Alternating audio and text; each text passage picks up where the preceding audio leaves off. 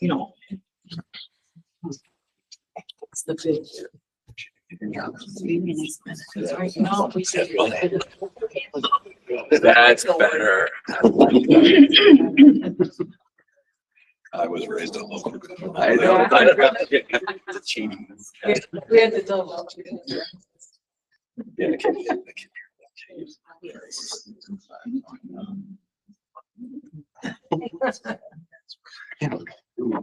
Shit, apparently that's not a good word.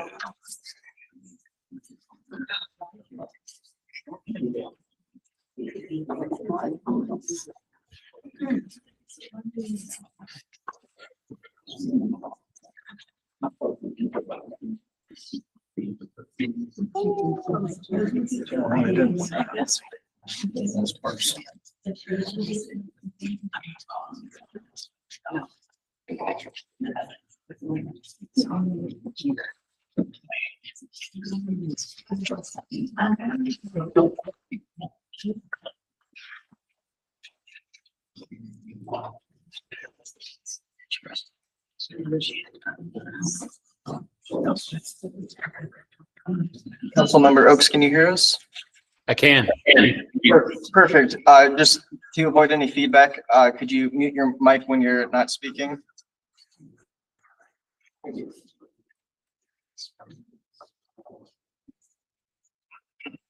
And then audience, please, just as a reminder, mute your cell phones. This entire room is being recorded, so even some whispers in the back can be picked up from the microphones.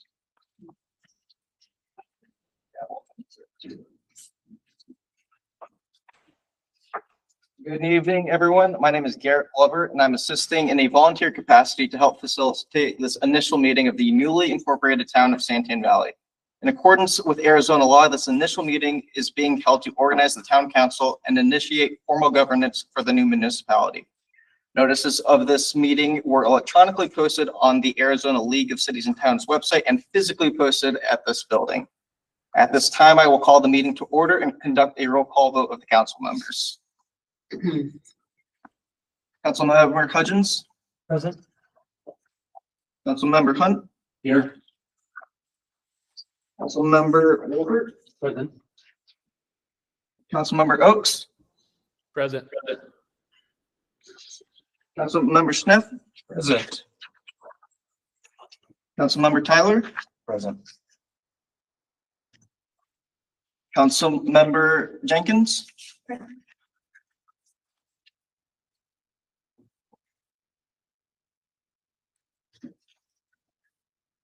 Did we get everyone? We got Oh, it. yeah. Yes.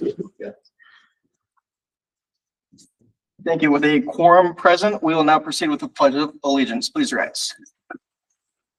I pledge allegiance to the flag Of the United States of America and to the republic for which it stands, one nation, under God, indivisible, with liberty and justice for all.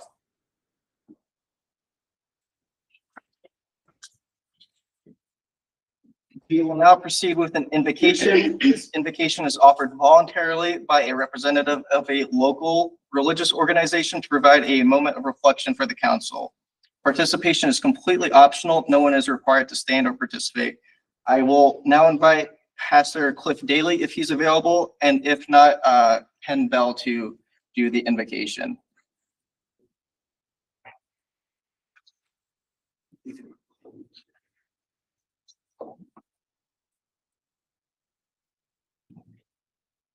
I'm number 2. Let us pray. Our Heavenly Father, we give you thanks for this day, and we ask your blessing on this new formed council. We thank you for all government that helps us live ordered lives. And so we ask that through these proceedings and the months ahead, the Santan Valley would be a place of prosperity, a place of generosity, a place of order, and that we may prosper and live in peace. We ask these things in your Son's name. Amen.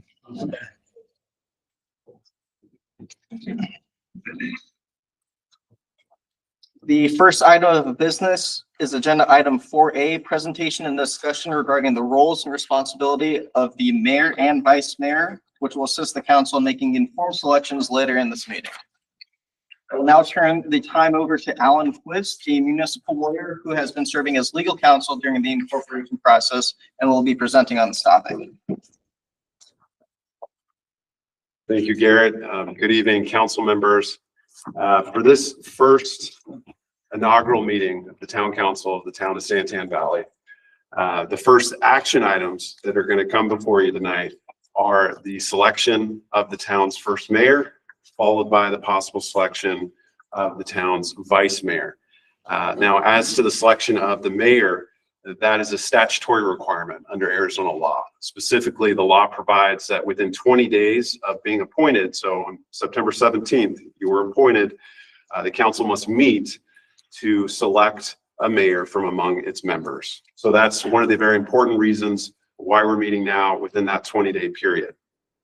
But before jumping straight into that selection process, and choosing the mayor and possibly a vice mayor, I thought it would be helpful for the benefit of the council, for whoever's ultimately selected, and for the members of the public, if I shared a brief presentation on some of the standard roles, duties, functions of these positions. So with that being said, I direct your attention to the presentation, and I promise this will be brief. We'll move through it fairly quickly. But statutorily, if you look at what the principal statute creating this office of mayor is located at ARS 9236. And as far as statutes go, it's fairly simple, which is rather refreshing, right? It simply provides the mayor of the common council shall be the chief executive officer of the town, and importantly, shall perform such duties as may be prescribed by law and ordinance. So this statute doesn't list off all the specific day-to-day functions of the mayor. Instead, it directs you to laws and ordinances. And when it comes to the ordinance part, that's where you as a council come in, right? Every municipality, the council, part of your work in the coming weeks, months, and years is going to be to establish the ordinances, those foundational ordinances that govern the town. One of those ordinances or codes is going to be a description of the mayor's duties. So if you were to perform a survey of other neighboring municipalities like Queen Creek, Florence, Coolidge, Gilbert, Eloy, Casa Grande, Maricopa, Apache Junction, you're going to see without fail, they're going to have a code section that's going to describe this is what the mayor does. This is what the vice mayor does. And you might be surprised if you were to look at those various jurisdictions, they're all going to have very similar functions and duties for those roles. In fact, it looks like a little cutting and pasting was going on, right, from one municipality to the next. Maybe in the spirit of not reinventing the wheel, right? Now, some jurisdictions have little quirks. Some will have, they'll have the mayor give a state of the town address once a year. But for the most part, you're going to see these core responsibilities. Let's see. Darren, if you wouldn't mind just advancing through to right there. Thank you. You're going to see these core responsibilities amongst jurisdictions, and those are that the mayor serves as the presiding officer, the chief executive. The mayor will have emergency powers. He or she will be the ceremonial head of the municipality and the signatory. And just briefly covering some of these roles, presiding officer. That's going to be probably the most visible role that the mayor will play. When members of the public come to a meeting such as this, they're typically going to see the mayor call the meeting to order. You're going to see the mayor go through each agenda item. call out the agenda item, facilitate discussion on that agenda item, call for votes, declare the results of those votes, and just generally manage the meeting and maintain the decorum and a timely, effective meeting process. So that is a key role of the mayor, and a very visible role that the mayor will play. The next role, chief executive. The statutes and ordinances don't define that clearly. I think it dovetails nicely into the ceremonial head to some degree or another. The mayor it is in many ways going to be the de facto face of the town and will play a role to some degree in public relations, right? The mayor will also typically have emergency powers under the ordinances. And we saw the importance of this recently with the flooding in Miami, in the Globe area. A colleague at my firm assisted the mayor of Miami in preparing a declaration of emergency following that flooding. So that's an important role the mayor may play. Signatory, the last one there. And if you ask a town clerk what the most important role of the mayor is, it's going to be this last one, because the clerk, following a meeting is going to have a stack of resolutions, ordinances, agreements, and that clerk's going to be trying to track down the mayor, who's going to be glad handing the audience, but is going to want to try to get those signatures from the mayor. And of course, the mayor, the council can delegate some of that duty, that signatory authority, to a manager in the future. But those are the core responsibilities. It's important to note that in a meeting, the mayor's vote, it's one vote of the 7. So the mayor provides this leadership and service role for the council and the town. Yeah, why this has stopped working. Garrett, if you could advance through. Thank you. That's great. So what a mayor is not. In Arizona, municipalities follow what's called the council manager form of governance. And under this form of governance, the mayor is not the day-to-day administrator of the town. The mayor, he or she, is not supervising staff or managing specific departments. Instead, those roles, those functions fall to the town manager.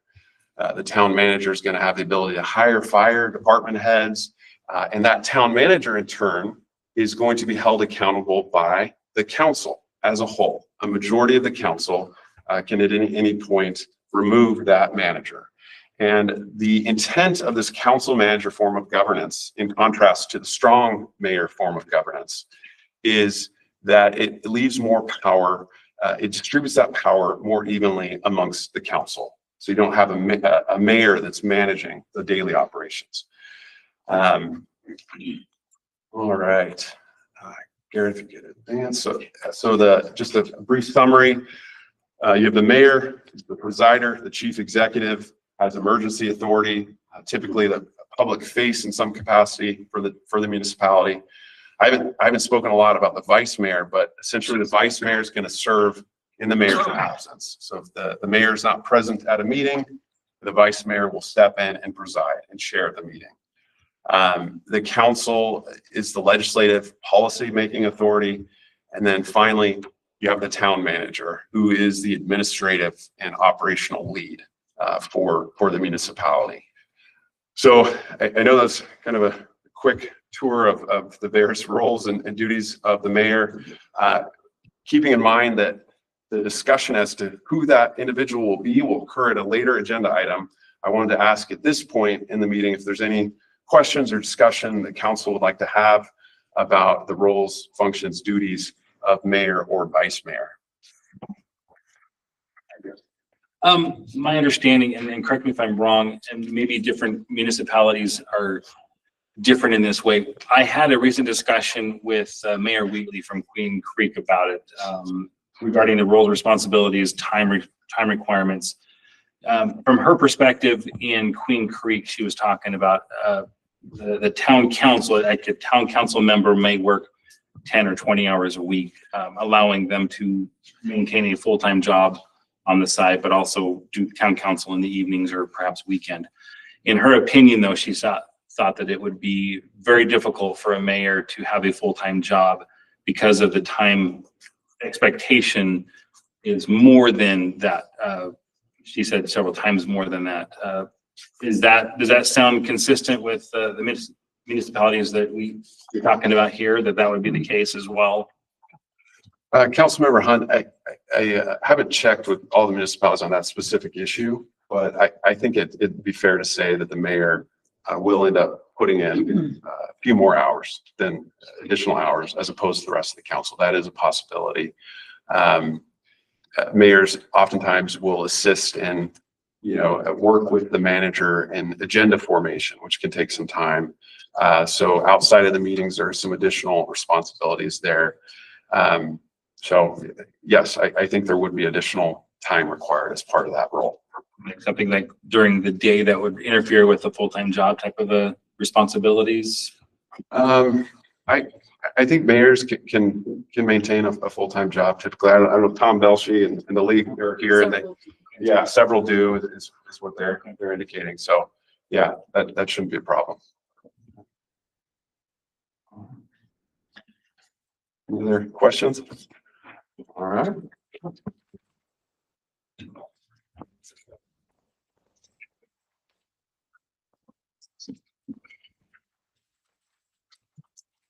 Thank you, Mr. Quist, for that overview. We will now move to agenda item 4B, discussion and selection of a mayor for the town of Santan Valley. Pursuant to Arizona Revised Statutes sections 9-232C and 9-236, the council shall select the mayor from amongst its members. We will proceed as follows. I will first open the floor to nominations. Individual council members may nominate any member of the council, including themselves, to serve as mayor. A second is not required to make a nomination. Once all nominations have been made, I will close the floor to nominations. The nominated council members will be given an opportunity to speak. Afterwards, the council may, if it desires, engage in discussion regarding the nominated individuals. After discussion has concluded, or if the council chooses to proceed without discussion, I will then ask for a motion to select one of the nominated individuals to the position of mayor. If a motion receives a second, we will proceed with a roll call vote on the motion. If the motion passes by a majority of the council, that individual will be the mayor and will assume the role as presiding officer for the remainder of the meeting. If the motion does not pass, the council may consider additional motions until a mayor is selected from among the nominated individuals. At this time, the floor is now open for nominations for the position of mayor. Council members, please state the name of the individual you wish to nominate. I'd like to nominate Darren Schnapp.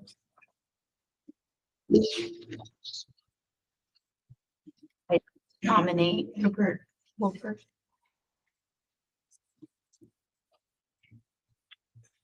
I'd like to nominate Tyler Hudgens.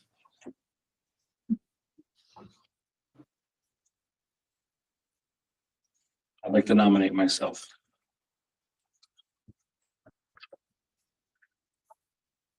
I'd like to nominate Darren Schnapp.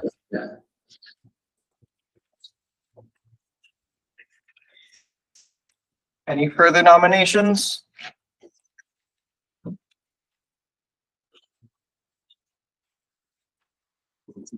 Hearing no further nominations, I declare the nominations closed. At this time, each nominated council member will have the opportunity to speak briefly, if they wish, about their interest in serving as mayor.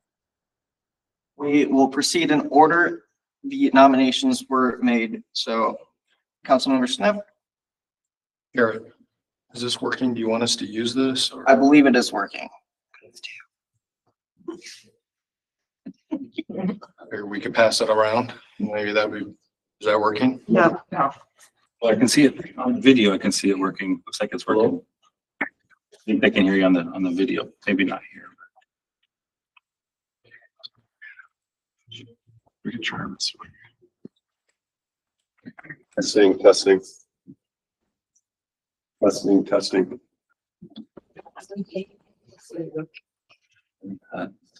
Mr. Garrett, prior to moving forward, is it possible to withdraw my name from nomination?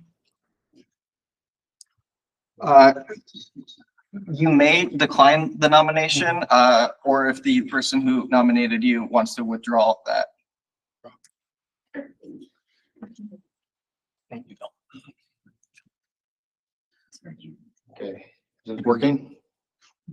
Look it again. Is that working? Can you hear over? Not really. Or should I just talk loud? There you go. Alan. First of all, I'm grateful and honored for the opportunity that my name has been selected to serve as mayor. I will accept that and go forward with whatever the council's pleasure is on that. It will be an honor, and I would do my best to uphold that position and on this council, and understanding that I am just one of 7. I am no greater or no less than any other one on this council, and I respect every one of them on this council. And we have a lot of work to do, and we need every one of us, and we need the citizens' support too. So I am grateful for the nomination. Councilmember Hudgens. Yeah, thank you so much for the nomination. I really appreciate it. I'm happy to serve at the will of the council and whatever the council wants to do. I'm excited to be part of this team. I think the county has done a wonderful job selecting individuals in our community. And I was really excited to see there was 86 individuals that have stepped up to say, hey, I want to serve. And so I think our future is bright. And the way I'm looking at this is in 3 parts: walking, running, and sprinting. Look at the incorporation effort as the walking phase, where we're learning to get to move forward. And I got to be a part of the incorporation effort and to be the face of the incorporation to move this forward. I'm thankful for the committee members that gave me that pleasure and that opportunity. That was a daunting task and a really difficult experience, but it was one that was beautiful, because now we get to see a formation of a community. And now with the council in place, we're going to have to run, and we're going to have to be prepared for the county handoff on July 1, 2026, which is exactly 9 months from today. And there's a lot of work that has to be done. I think this council is prepared to roll up its sleeves, but there's going to be a lot of moving parts. I think what I can bring as strengths to that is the ability to communicate with the public, to be a face, relational capital. I've been engaged in municipal work for the last 17 years. I have a lot of relationships with the cities and towns around us, whether it's mayors, council members. We have issues like, trying to get our state shared revenue dollars to come in, where we're gonna need some support from surrounding communities. I'm ready to go and to utilize some of those relationships and to be able to move this forward so that we're prepared on July 1, 2026 to move this thing forward and to be sprinting. And so I'm just super excited for the opportunity. And like I said, this is a great team. And no matter whoever is in this role or the vice mayor role, we all get to lock arms and do what's best for 100,000 people. Councilmember Hunt. I like to come prepared, so I'm going to share this. Friends, neighbors, fellow council members, this is a big day for Santan Valley. For the first time, we're sitting here as a town council. It's history in the making. Before I say anything about myself, I want to start with this. Any one of us up here could do a good job as mayor. Every person at this table has worked hard to get us here. We all bring strengths, experience, and leadership to the table. We're equals, and this choice isn't about who worked the hardest before tonight. It's about how we lead together from here on out.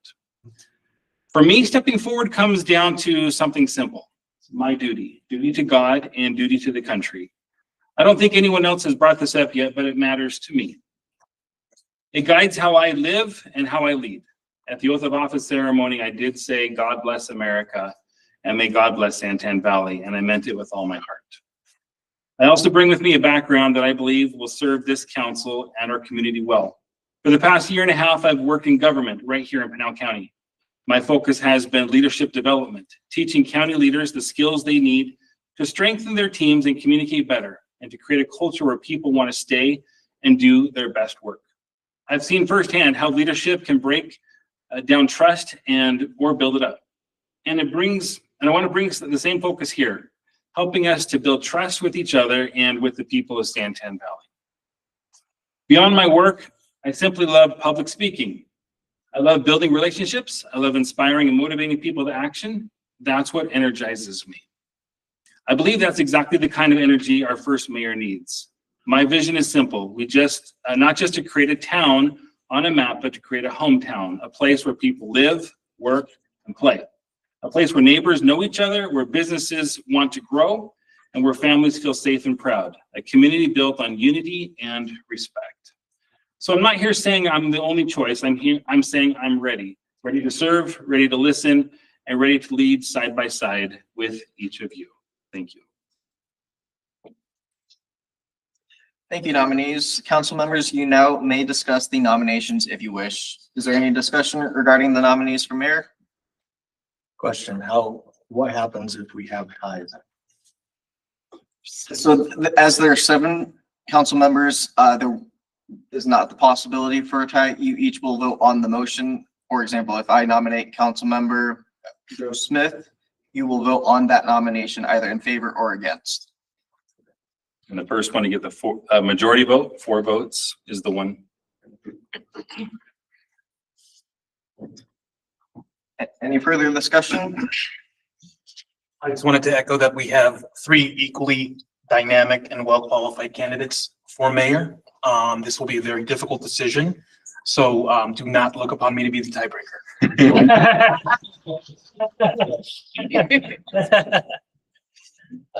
If there is no further discussion, I will now ask for a motion to select one of the nominated individuals as mayor.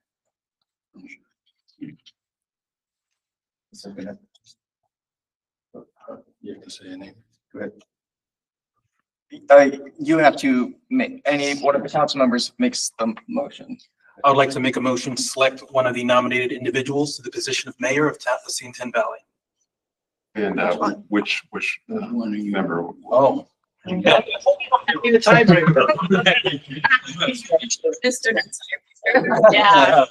Defer. That motion. So that motion is withdrawn? Motion is withdrawn again. I would like to make a motion to nominate Darren Schnepp as mayor. To select Darren. Select, yeah. Is there a second? I second. 2 seconds.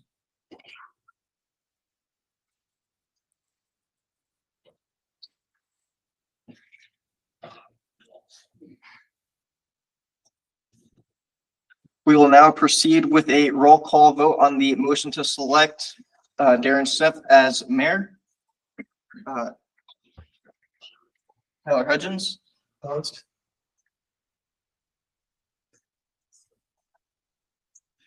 Councilmember Hunt. Opposed? Sorry. Councilmember Jenkins. In favor.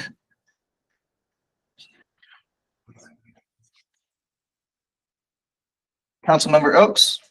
In favor. Councilmember Schnepp. Aye.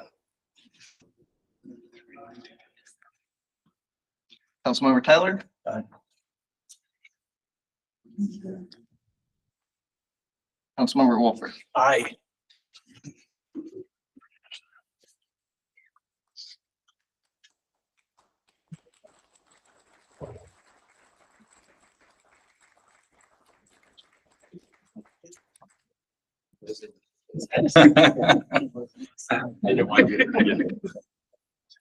By your vote of 5 ayes, 2 ayes, 0 not voting, Councilmember Schnepp, you are now Mayor Schnepp.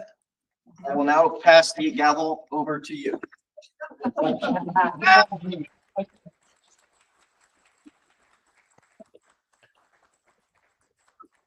Just for the record, it says Chairman Mike Goodman on this. So, but we will not ask him to come forward on this. Appreciate that.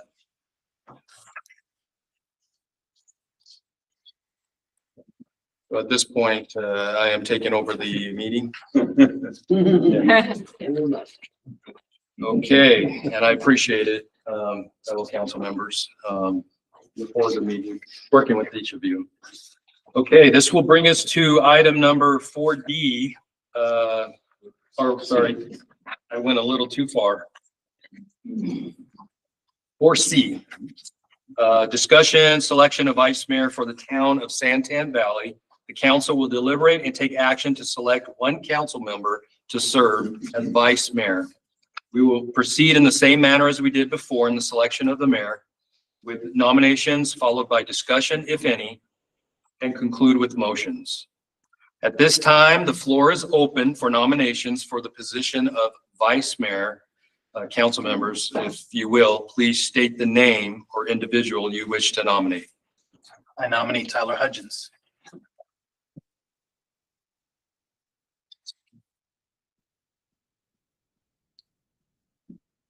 I'd like to nominate myself.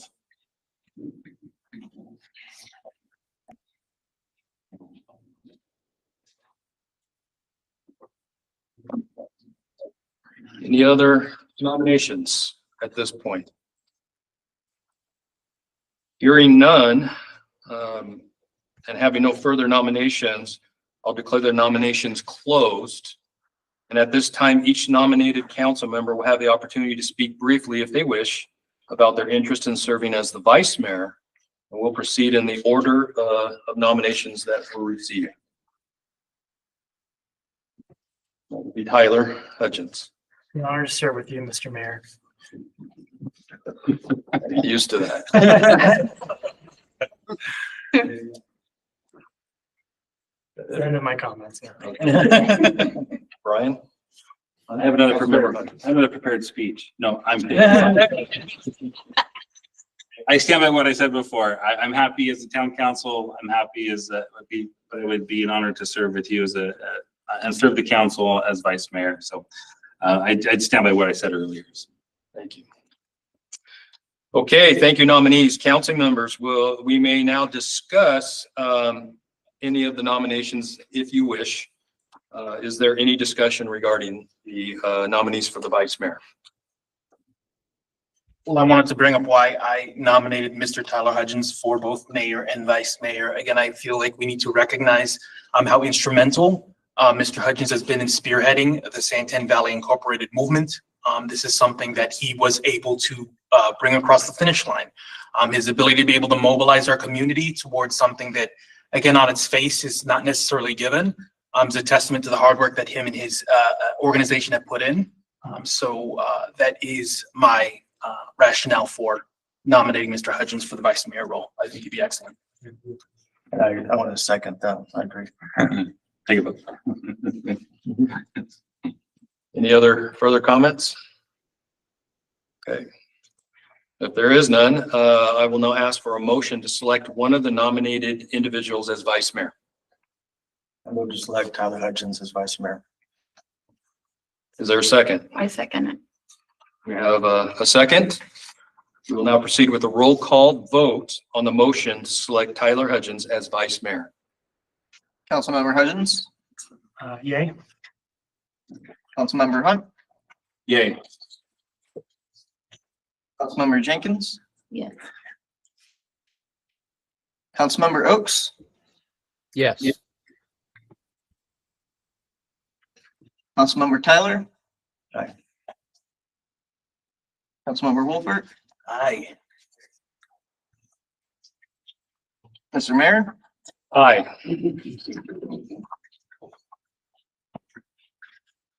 By your the vote 7-0. Okay, with the motion, it passes.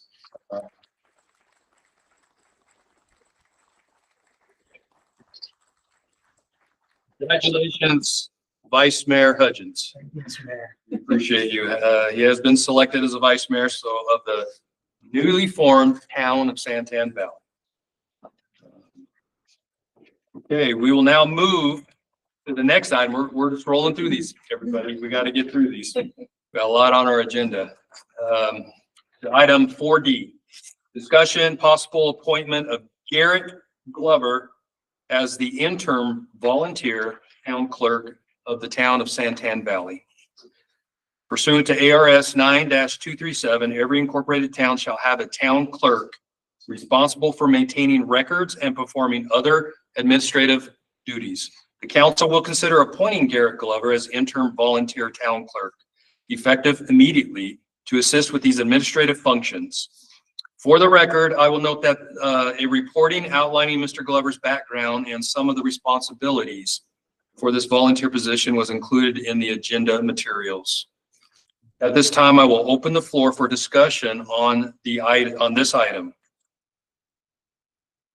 I move to appoint Garrett Glover as the interim volunteer town clerk for the town of Santan Valley. Second. The administrative and clerical functions of the town. I was reading the whole thing. I'm helping. Second. I have a motion and I have a second. All those in favor, please say aye. Aye. Any opposed? It passes. Garrett Glover will be the interim town clerk for the town of Santan Valley.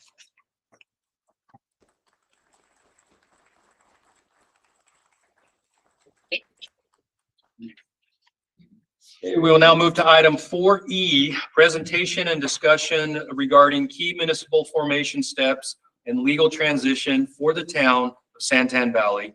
Mr. Quist, a municipal attorney with Pierce Coleman, will provide an overview of key legal, financial, and operational steps necessary to transition Santan Valley from incorporation to municipal independence.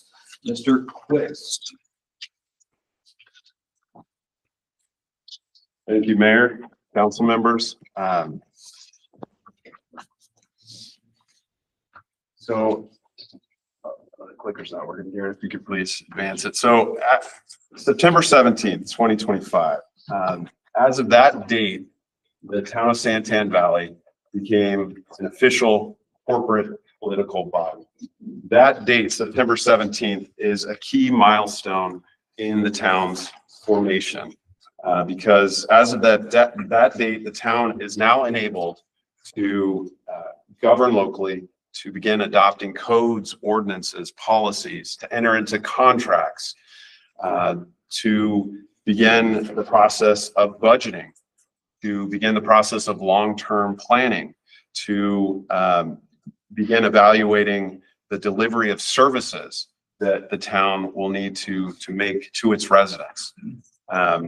So that is a key date. So what are those services that the town will be required to provide to its residents?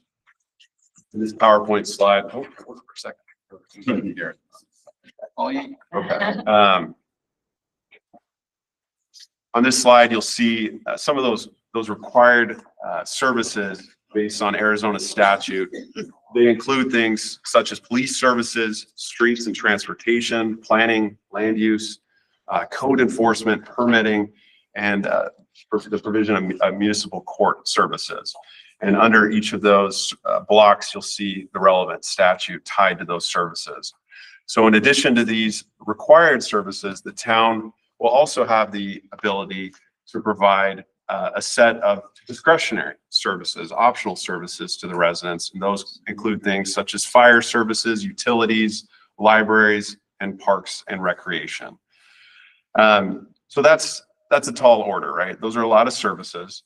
The good news is that under Arizona statute, ARS 9-104, the Pinal County is required to continue providing core operational services up until July 1st. That's the start of the municipal fiscal year, the next municipal fiscal year, 2026. And the county is required to provide those at its expense. So some of those services, some of those core services include the police services, street maintenance, permitting, zoning enforcement. So what this all means is that in effect, the town has, let me go back one here, please. The town has this 9-month window, as Vice Mayor Hudgens indicated, a 9-month window to transition into operational independence and provide services directly to its residents or through contracts, right? Contracts perhaps with the county through or other cities and towns through intergovernmental agreements, or perhaps contracts with private service providers. So a lot's got to happen in these 9 months that are coming.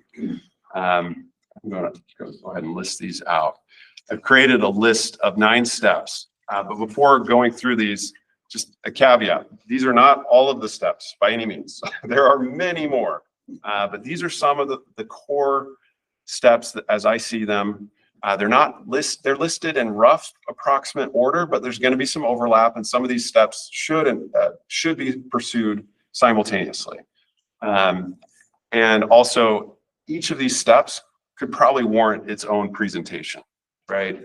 So tonight, this is just a general overview of what's coming, some of the bigger ticket items that we're going to be looking at, and we'll be exploring hopefully in further detail in subsequent meetings of the council.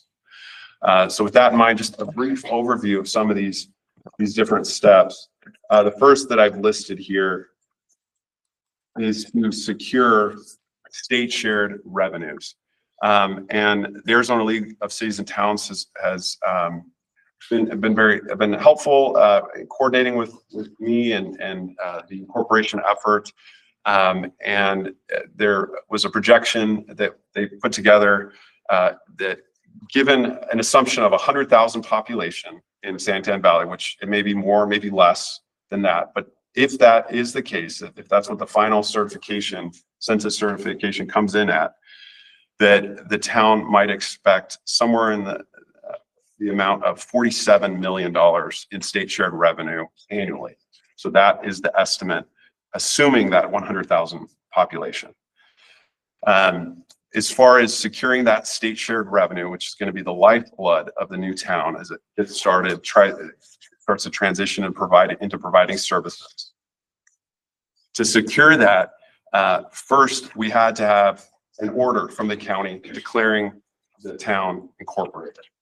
So once we had that in hand on September 17th, we were then able to work with the U.S. Census Bureau to submit to them an application so that they can provide us with a population certification. We have been in communication with the U.S. Census Bureau. We have submitted that. So that has been submitted. Now, if you're following the news, there's been a government shutdown going on, and that has impacted the Census Bureau. And we're going to continue to work with them. The timeline isn't certain, though, as to when they will get that certification back to us in the exact form of that certification. So we're still working through those details. But hopefully we'll get that certification in hand sooner than later. Once we get it, then we can go to various Arizona state departments, Arizona Department of Revenue, the Arizona Department of Transportation, and the State Treasurer's Office, provide that certification, and that allows them to start to release state shared revenue to the new municipality. There's various buckets of state shared revenue, different types: vehicle license tax, state sales tax, HERF funding. So there's some different buckets, and depending on the bucket, may determines when that funding can be released. Most of them can be released in the next few months as soon as we get everything lined up. There's one though that won't be released until July of next year, at the start of the fiscal year. So that's a process that needs to be worked through now. And the next step on this overview would be to explore local revenue options. And so in addition to state shared revenue to provide the services to the town, the council will be considering perhaps a sales tax, or perhaps other means of revenue. I know sales taxes are very common across municipalities in Arizona. I think it's pretty much universal, right? The sales tax amongst other municipalities. So that's going to be coming up in short order. Third on this list is the potential to explore some stopgap funding or bridge funding from perhaps a neighboring municipality or other governmental entity that might be able to assist in providing some funds in this interim period while we're waiting for state shared revenue to come in. And so that's something we're exploring currently. Next, and it is probably simultaneously with these other steps that preceded it, contracting with key personnel. So there's going to be work looking for the town manager, town clerk, the town finance director. All of these roles are key for the new municipality, getting it set up on a strong foundation. 5, we're going to be looking at adopting an interim budget. Statutes allow us, even though we're off cycle, we're not on the normal budgeting cycle of municipalities. The statutes allow us to prepare an interim budget, and there's a process for doing that. But as part of that process, we're going to want a finance director. We're going to want some of these key personnel. So things to look at. We're going to begin the long-term strategic planning. We're going to be drafting foundational codes and policies. We're going to be preparing for the next full fiscal year budget, the 2026-2027 budget. That process is going to start next year, February, March of next year. And then finally, we're going to be looking to enter into agreements for core services and start bringing on employees once the foundation is laid for that. So I know that was a bit of a whirlwind tour there of some of the next steps, but what's the council's role in this process? Well, the council is going to be at the center of it. Really, the council is going to provide the direction, the oversight. They're going to establish policy, priorities, long-term vision. They're going to appoint the key personnel, be involved in the budget process, approve agreements, ordinances, resolutions, and lead the community engagement as we work through this. All right, so that was a lot. Any questions based on that high-level overview at this time? And we'll hopefully be coming back, as I said, with full presentations on each of those steps. Any questions from the council members? All right, thank you. Okay, thank you, Alan.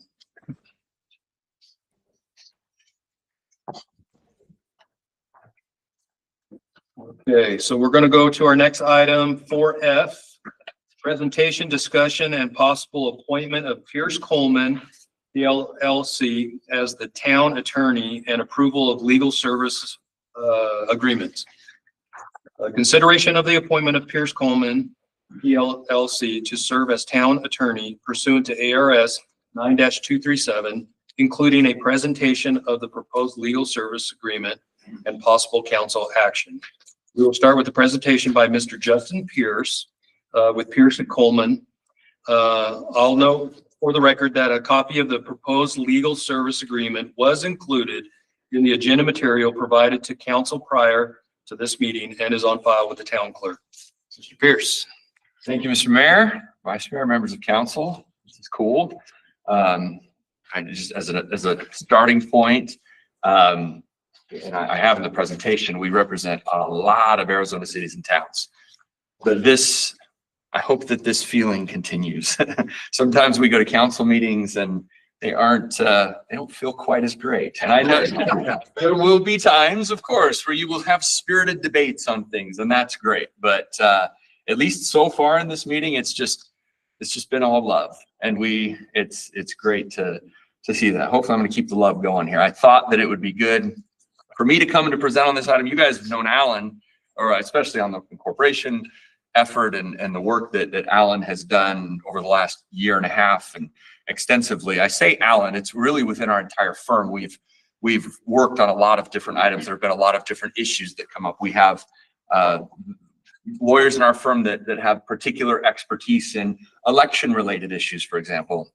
In fact, Christina Estes-Werther spent a lot of time helping in that. Christina was the former general counsel to the League of Arizona Cities and Towns and also state elections director. Today was the first day a lawyer started at our firm. She's the former general counsel to the Secretary of State's office. And so we've assembled a team of lawyers that are very experienced in all of the different facets and areas of municipal law. It's an old picture up on the screen. There are actually 17 lawyers in our firm today, but wanted to introduce you a little bit to the firm. Our firm has been for many years now designated as a tier 1 regional best law firm in US News and World Report. Multiple lawyers in the firm recognized in either or both best lawyers in America, super lawyers. And we are currently the city or town attorneys contracted, which is what we're talking with you about today, for 22 Arizona municipalities. And for easy math, that's about a quarter of the cities and towns in Arizona that contract with us to do these services. And so, and in fact, many of the cities and towns that we represent, the vast majority of them over the last several years have actually seen a return of their premium from the insurer based on their good status. They're members of the Arizona Municipal Risk Retention Trust, which I was going to explain a little bit about that too. In Arizona, there's 91 municipalities.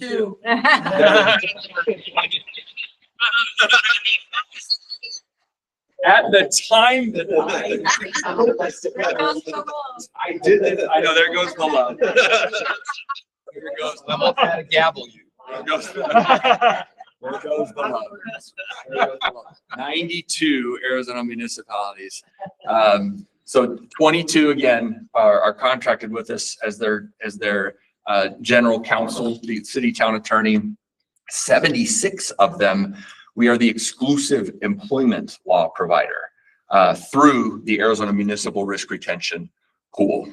And then all of the others we have done work for via special projects, and again, land use, election, prosecution, etc. All the other 91 municipalities. Makes sense. And to that end, we have our group of attorneys well over 200 years of combined experience in municipal law in Arizona. We are by far the most experienced law firm in Arizona with regard to these areas. So our approach is one of collaboration because of that. When we have people, again, I mentioned to you about those election law experts. If you call me and you say, hey, Justin, can you give me some input on this election law issue? I'm going to say, I could, but I have somebody who's going to be able to do it much more efficiently and probably get you a better answer. If it's a land use issue, if it's a development agreement issue, if it's an employment law issue, depending on what those issues are, we try to use a collaborative approach and use the expertise that we've been able to develop over those years to get our clients to the best possible outcome and result.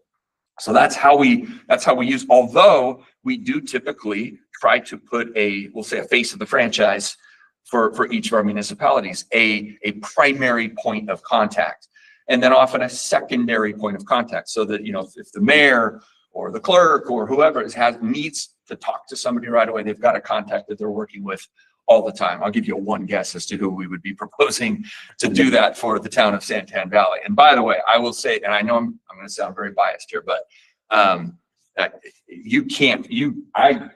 dare you to find a better lawyer, municipal lawyer in Arizona than Alan Quist. Yay, Alan.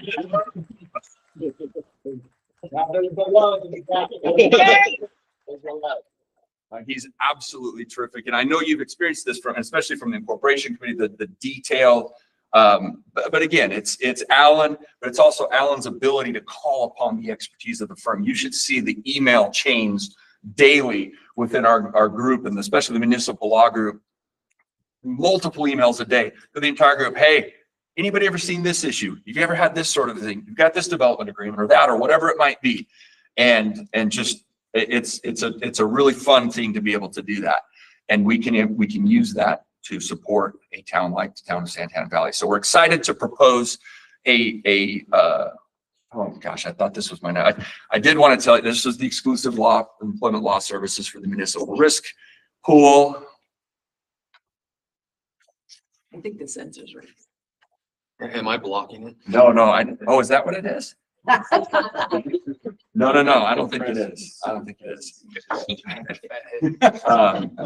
With the risk pool, that exclusive representation that I told you about, the risk pool administrator at the last board meeting of the risk pool told the board that the flat fee arrangement that we have with them, it's one of the things that we do differently than a lot of firms, as opposed to just and we can do hourly arrangements, but I've always thought it's weird that a lawyer would charge by the hour, and essentially it's like I'm getting paid more to be less efficient. You know, like the longer it takes me to do this, the more you're going to pay me. So we came up with an arrangement where we did a flat fee with the risk pool on all these employment law matters, and the risk pool administrator told the board that this flat fee arrangement with our firm over the last many years has saved the pool 7 figures. And there were other reasons for that too, not just in terms of the actual amount, but it means that our clients don't have to worry that every time they pick up the phone, the clicker's going to go on, and we're going to start running, and you're going to have all those fees. And so we try to incentivize our clients to call us as much as you need. Let's work on as much as we need to work on. Let's get the job done. Let's not talk about how long it's going to take to get the job done. And it's worked out really well for a good number of our clients in this area. So, I did have to say, if an insurer believes in the arrangement, there must be something to it, because insurers are in the business of making money. So if they think this is a good idea, then obviously something must be going right. So a lot of our, those 22 cities and towns that we work with, and the reason that they contract with us, an in-house municipal law department can have a lot of costs associated with it. There are a lot of indirect costs. For example, first of all, costs of doing business just over the last several years. This is not newsflash. It's gotten expensive. And so overhead has gotten extraordinarily expensive. Westlaw is, we don't have law libraries anymore, big rooms of law. In fact, it's funny. When I started practicing law a long time ago, 20 something years ago, there were, just had a room full of those books, and you've probably seen those, and you've seen the movies with all the books, all those books right here. I've got access to them as much as I would have had in those libraries, just in the palm of my hand. And so Westlaw is that service. According to Westlaw, a municipality would be charged at least $2,000 a month just for one single user. Doing the math on that, $24,000 a year just to have that other technology, document management system, administrative support, which is, whether it's paralegal, legal assistance, office space that goes along with that. When we contract with our clients, our municipal clients on that, we're taking on, we take all that overhead. That's not something that the city or town has to worry about. The ASRS benefits and the pensions and everything that goes along with that. So there's a lot of indirect cost that is absorbed by us. It doesn't, the city or town doesn't have to take that on. And so payroll taxes, paid time off, all of those things. So what we have for you guys is what I'm calling a no risk proposal, because we'd love for you to appoint us as your contracted town attorneys. In Arizona, a client always has the right to choose their attorney at any point in time. So I could come up here, which we're not actually proposing, but I could come up here and say, you know what, we want you to sign a contract with us for us to be your town council for the next 4 years or whatever. And you could sign that agreement. It wouldn't be worth the paper it's printed on, because you are always 24 hours away from posting an agenda and saying, we want to make a change. And you can always do that. So what we're proposing is for us to be appointed as your town council, but nothing would stop you from 2 days from now saying, hey, we've changed our mind. Let's put another agenda, put it on the agenda. Let's do something different. I'm not inviting you to do that. I hope you won't do that, but it's a possibility, which is why appointing us as your town council it truly is a no risk proposition. What we'd like for you to consider is a month-to-month arrangement, no long-term commitment, for us to be able to continue to provide these services. We've been happy. We truly have been happy to contribute to the effort of the incorporation and everything that we've done. But at some point, Alan's gonna have to put food on the table for his family.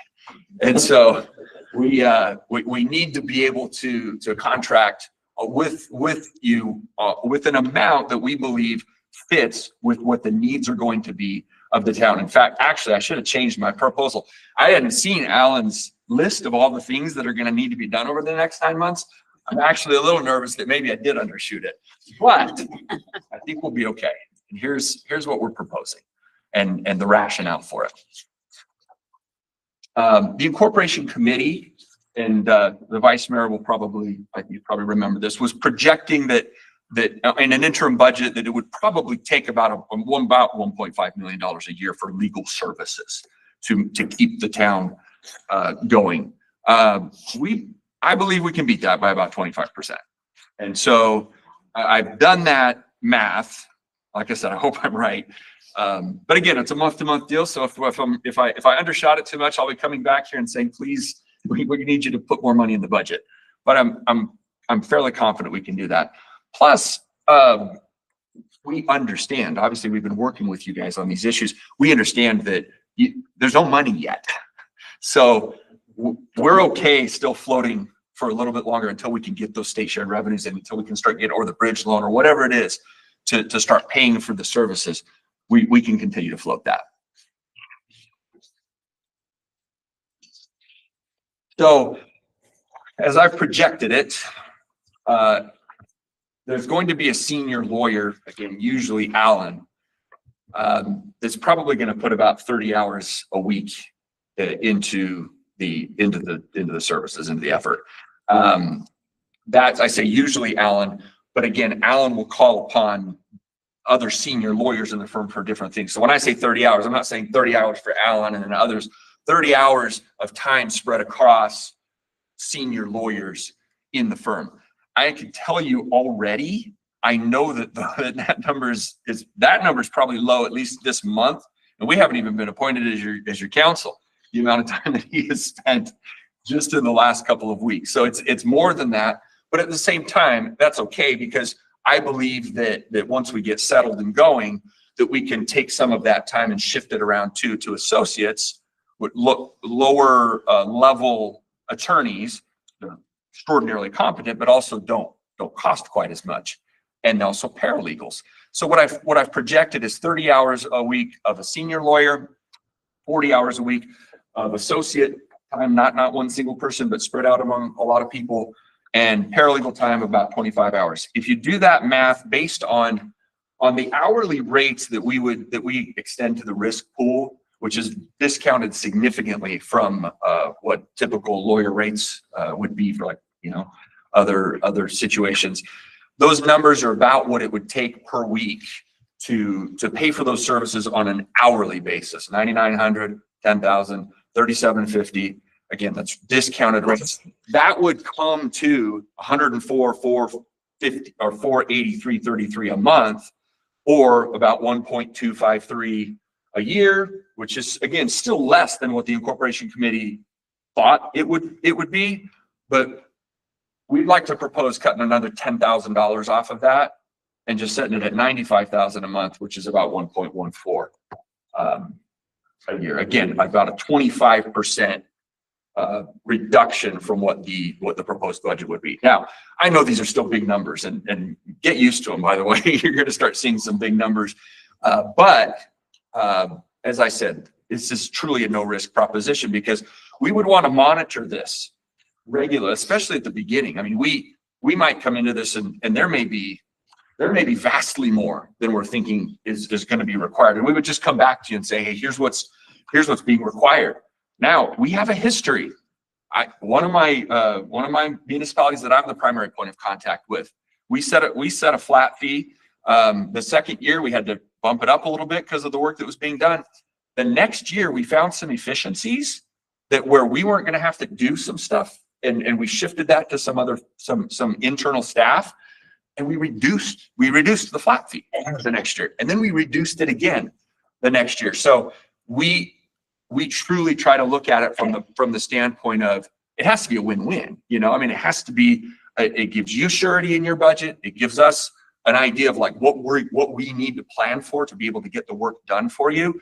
And all along the way, it's a partnership for us to be able to provide those services and do it in a way that is best in the town's best interest. So, like I said, regular review of things. Any questions on the proposal, our firm's qualifications, anything that comes to mind? Mr. Mayor? Councilmember Hunt. Mr. Mayor. Thank you, Mr. Mayor. Yeah, whenever it comes to our Santan Valley taxpayer dollars and such, I just want to make sure we pause and look at, all of this. I don't want to jump into something financially and regret it later. But with that said, I do recognize we are brand new.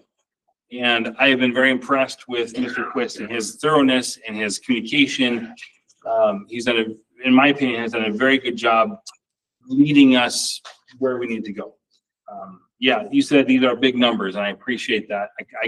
I get that. The hours that you have estimated here, the 30 hours for the senior lawyer, the 40 hours for associates, 25 hours for paralegals, is that common among municipalities, or is that one just because we're starting off and it's projected higher because we're getting started? Mr. Mayor, wonderful question, Councilmember.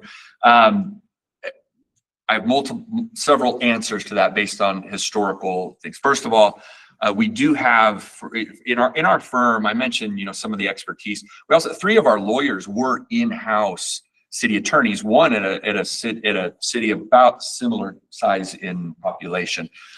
So we do have a lot of experience just even with cities of this size, including some of the project work we do with some of the others, to include your neighbors, to Queen Creek and others that are also similar in size. We know what they spend in their budgets, and it is more than this.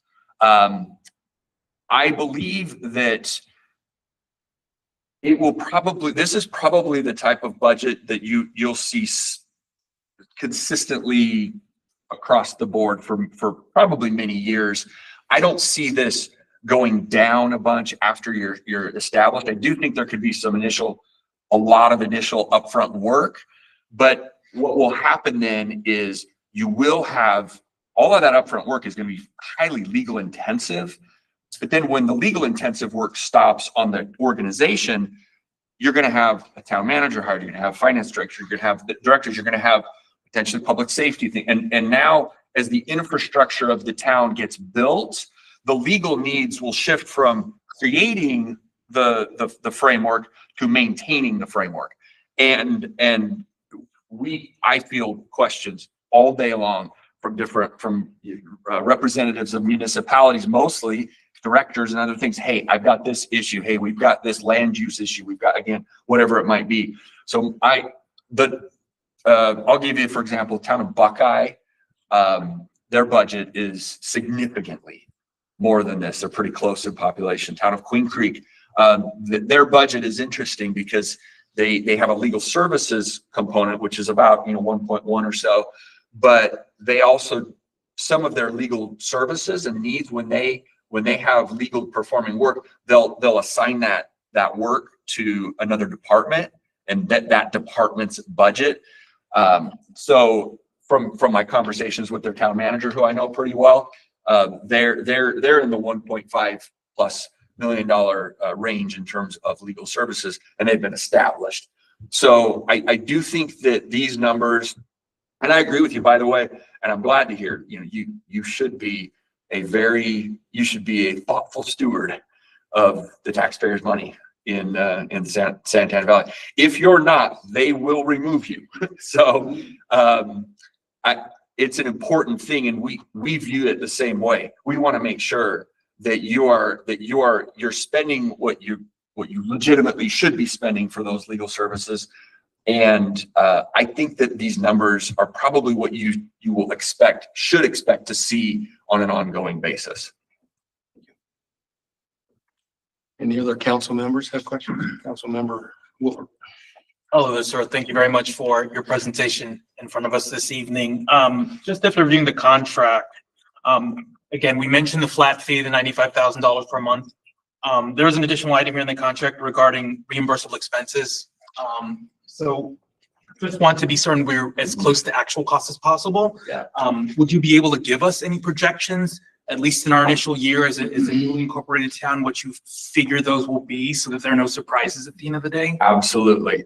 That number is going to be really, really small. And Mike's, again, this comes from experience.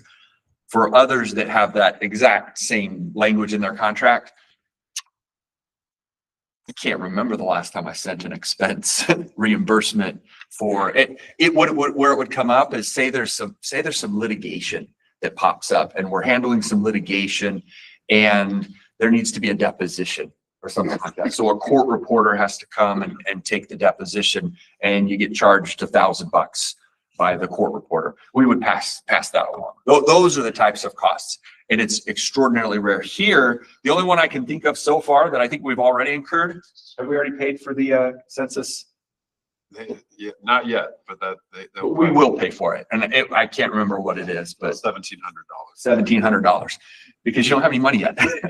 So we're gonna pay that for you. And it's a cost. It's not like our work. It's just, we're just paying that cost for you. That's what those costs are. It's not to pay us anything. It's to reimburse us if we front a cost for you. Absolutely. And again, it's just Super small. anything, any ballpark figures, just again, because we're not the first, we're Yeah. the second. I would guess a few $1,000s a year at most. A really small amount. Sometimes once you're set up to, I mean, like the census thing, who would have known that there was a cost going to be set aside for that. But once you're up and going on a regular basis, as I said, some of the municipalities I've worked with, I cannot remember the last time I had to send a cost along. So it could be zero, but certainly not more than a few $1,000s. And by the way, we always work with the manager or the county. If there's going to be a significant expense for something, say that we would have found out, oh wow, we have to pay $10,000 for this thing or whatever, we would come to you and say, hey, here's this cost that we're going to have to incur for you. We want to make sure you're okay with that first. If there's another way, we counsel with you guys about that, because we don't want to spend your money either like that. Thank you. Any other questions? Councilmember Jenkins. So I'm looking at the agreement and I mean, there's detailed stuff, but not super detailed. So like, for instance, like IGAs, you guys would come up with the IGAs. Yeah. If we enter a contract with someone, you'll look at the T&Cs. All of it. Okay. And then you say on your term here that it's renews automatically year to year. So at this point, would we be locked in for a year? Because you say month to month, but the contract says different. So the language of that in terms of renewing year to year is just for convenience purposes only, so that we don't have to come back every month and say, we put it on an agenda for renewal. It just renews automatically. The reason I say it's month to month is because at any given time, I mean, truly I guess it's day to day in that sense, but it's just for convenience only, so that the idea would be, this is the number we're going to try to keep you through this fiscal year.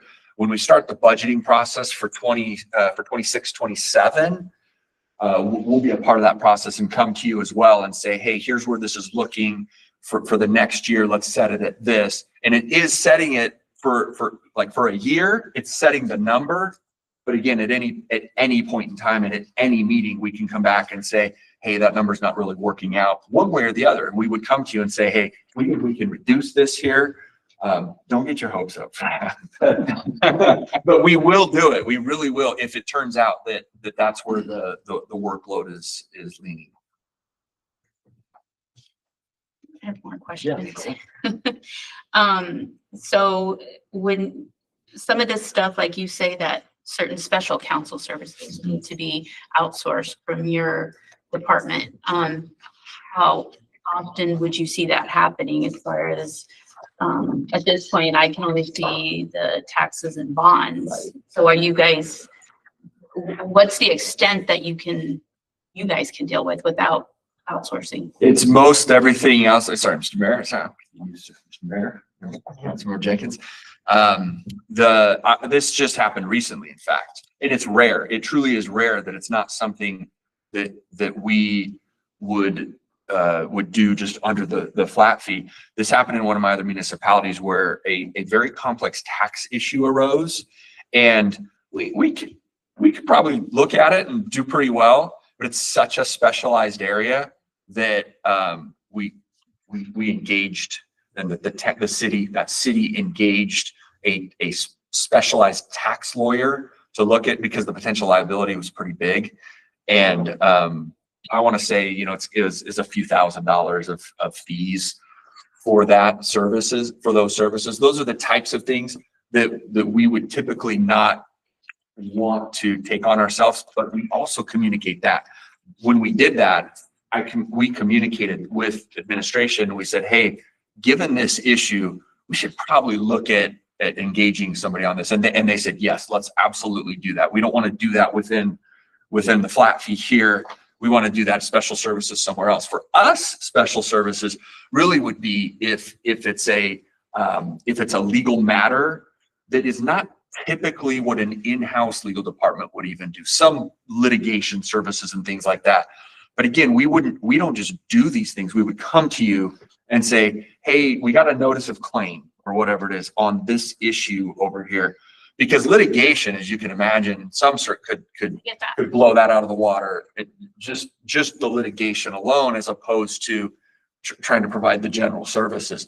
But we communicate on that. We would come to the mayor, the vice mayor, and you guys bring it to council if we needed to say, hey, here's what we just got this, again, notice of claim, or here's an issue that just arose. And if it looks like it's outside of what a typical in-house department would do, as I mentioned, we do a lot of special projects for other cities and towns who have big in-house legal departments. But our goal is to do as much as possible within the flat fee. And my experience is almost everything gets taken care of within that. It's a rare thing for us to need to go outside of that. So when you say taxes, would that include the model tax code? No, we do that. No, we do that. Yeah, we do that. Okay. What I meant by taxes was like, hey, there was and this isn't the example of this situation. I'm trying to keep a client from going, oh, well, that's what they did. There wasn't withholding on pension contributions that was appropriate, and now there's potential liability going back 3 years or something. What do we have to reimburse? What do we have to do? Yeah. Okay.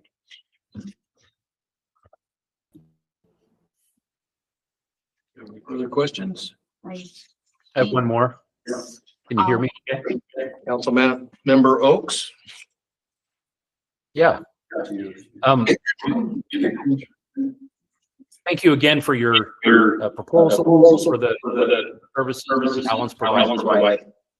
Grateful for his service. I just had a question about general services versus litigation. Does the no risk proposal include any litigation? In fact, we would handle most litigation that would arise under the flat fee, as long as what typically will happen, you're going to get insurance. You're going to be either through the risk pool or something soon. And so most of our cities and towns that we represent under these flat fees, let's say there's an accident in a town vehicle. I'm projecting here several months. Town vehicle, employees driving, there's an accident, there's a notice of claim because something happens. Most of the time that's going to go and be covered by an insurance policy. And we've probably talked to you about the Arizona Municipal Risk Retention Pool, who covers most of our cities and towns on those things. And they have panel counsel that they would assign those to, but that's not costing you anything extra at that point in time. It's just being covered by insurance. We do stay involved in those, even when insurance counsel is handling those. We stay in the loop and help advise on all of those things as part of the flat fee. So we don't do that that's not special services. We just do that as part of our flat fee. Okay. One other question. You said that no risk proposal monthly. If you discover that there's more billing going on, we come back and say we should pay more. Is there transparency? We know if we're less, that we come back and say the other. I did hear it, Mayor. I did hear what he said. And the answer is absolutely yes. We will come. We loosely, I say loosely because, you know, when we're on a flat fee, I don't need to nickel and dime every little, you know, minute that I spend on everything. But we do keep track generally of the time we're spending on those sorts of things. Internally, we do that and would absolutely be happy at any point in time to come with you, you know, Councilmember Oaks, if you said, hey, can I get an idea of how much time you're spending on these things? We can meet with you and talk to you and share with you all those things, Mayor or others, whoever wants to get that information. There's not a standard reporting process on this. We'd have to ask. There's not, I mean, we could establish a standard process. If you said, hey, every month, please, you know, get us this, we could absolutely do that for you. Thank you. We don't have it set up, you know, we wouldn't do it. I mean, unless you asked for it, but if you said, hey, I want this every month, we can absolutely get that for you. Thank you. Meaning recognizing the services that you've done that month. Right. In that 30-day period. Right. And also recognizing with a flat fee like this, it is my experience on this has been, you know, some months it's going to be way up here and some months it's going to be like this. And so the idea is to try to get it here where it's like this. So in any given month, I mean, I'm not going to come back to you if October closes and we spend the equivalent of $200,000, I'm not going to come back to you and go, hey guys, we're way low. We need to jack this up. Because I understand that could happen. And then the next month it could be 50, you know? So, but if it's 50, I wouldn't want you guys going, wow, we can reduce it to 50 now. I'd say, no, it's all about this. It's so that we can have a surety in what we're doing in the budget. So I say month to month and we look at it month to month, but I like to take at least a few months of a sample size before we jump one way or the other to say, hey, here's where we need to have this. Thank you so much. Okay, we're going to recognize Councilmember Jenkins again. So I think it's important to have a statement monthly for transparency and accountability.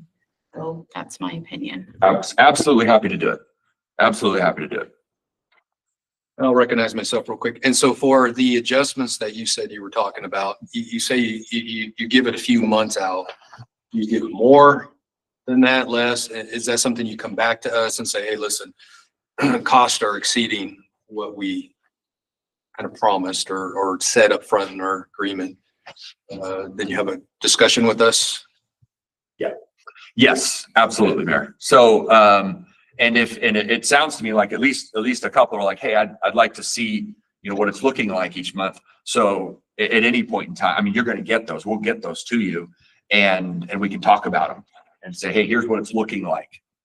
Yeah, I think there's going to be a lot here at the beginning. I know. Because there's a lot of work to be done. There's a lot of things to go into and contracts. So, and that's why I don't want to have a knee-jerk reaction one way or the other on it in terms of what it's going to require. We're excited to work with you guys. I mean, like I said, and what Alan's been doing for the last year and a half. I mean, we office in the same office. We talk about it all the time, and it's been an exciting thing to see this come to fruition. In fact, I mean, not that it's why we've done this work pro bono for so long.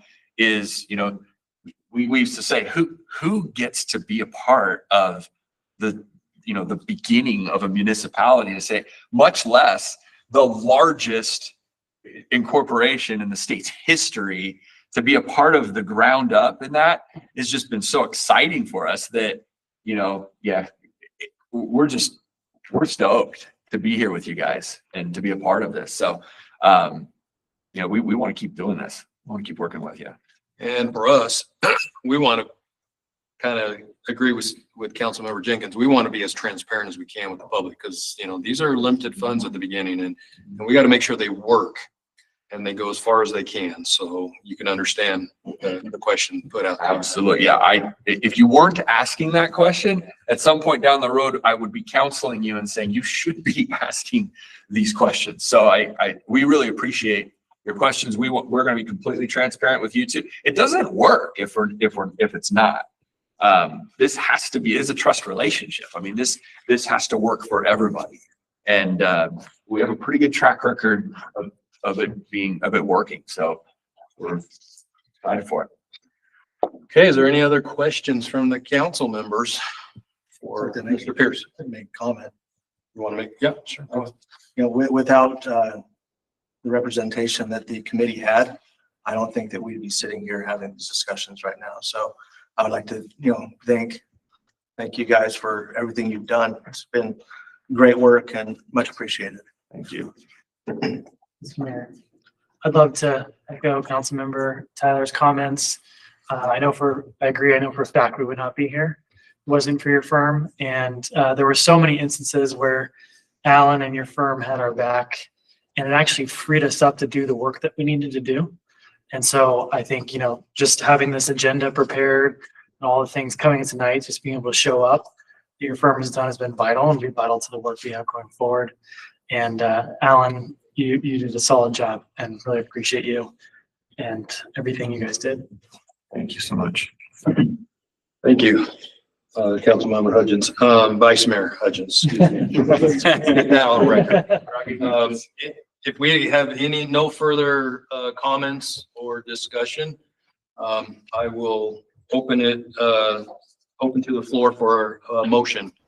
And this is the motion for retaining Justin Pierce with Pierce Coleman Law Group as the town of Santan Valley's legal counsel moving forward.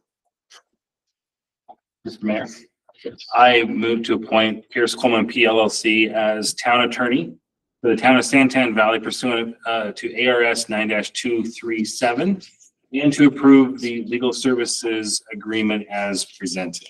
Councilmember Hunt has put a motion on the floor. Do I have a second? I second. Councilmember Hudgens, or Vice Mayor Hudgens, I'm going to get used to this. Vice Mayor Hudgens has seconded. So there's a motion.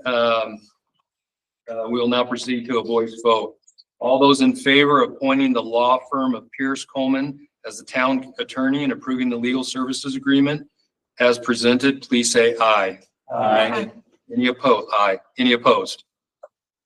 Hearing none, it passes, and we will retain Pierce Coleman as our legal counsel for the Santan Valley. Thank you. Thank you.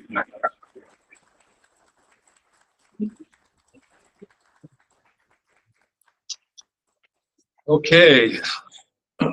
We're getting close to an hour and a half. Does anyone need to take a break on dice? Okay. We're going to move to item 4G. Discussion and possible adoption of ordinance number 2025-01, establishing council meeting schedule. The council will discuss possible meeting locations, dates, and times prior to taking possible action. Before we consider a motion, I'd like to open the floor for council discussion to help guide our conversation. And I suggest we take this into three parts. The first is we discuss on how often we would like to hold regular meetings each month. The second is which day of the week and what time works best for the council members. And third, which venue would be the most suitable for our meetings. So we'll begin with the first question, the frequency of our regular meetings. I now open the floor for discussion on how many times per month the council would like to meet and plan to meet on a regular basis. Can I ask our legal counsel recommendation on that? You can. What do you feel? Mayor, Councilmember Tyler, in the initial formative stages, I would recommend meetings twice a month to just make sure that we're meeting regularly for urgent items.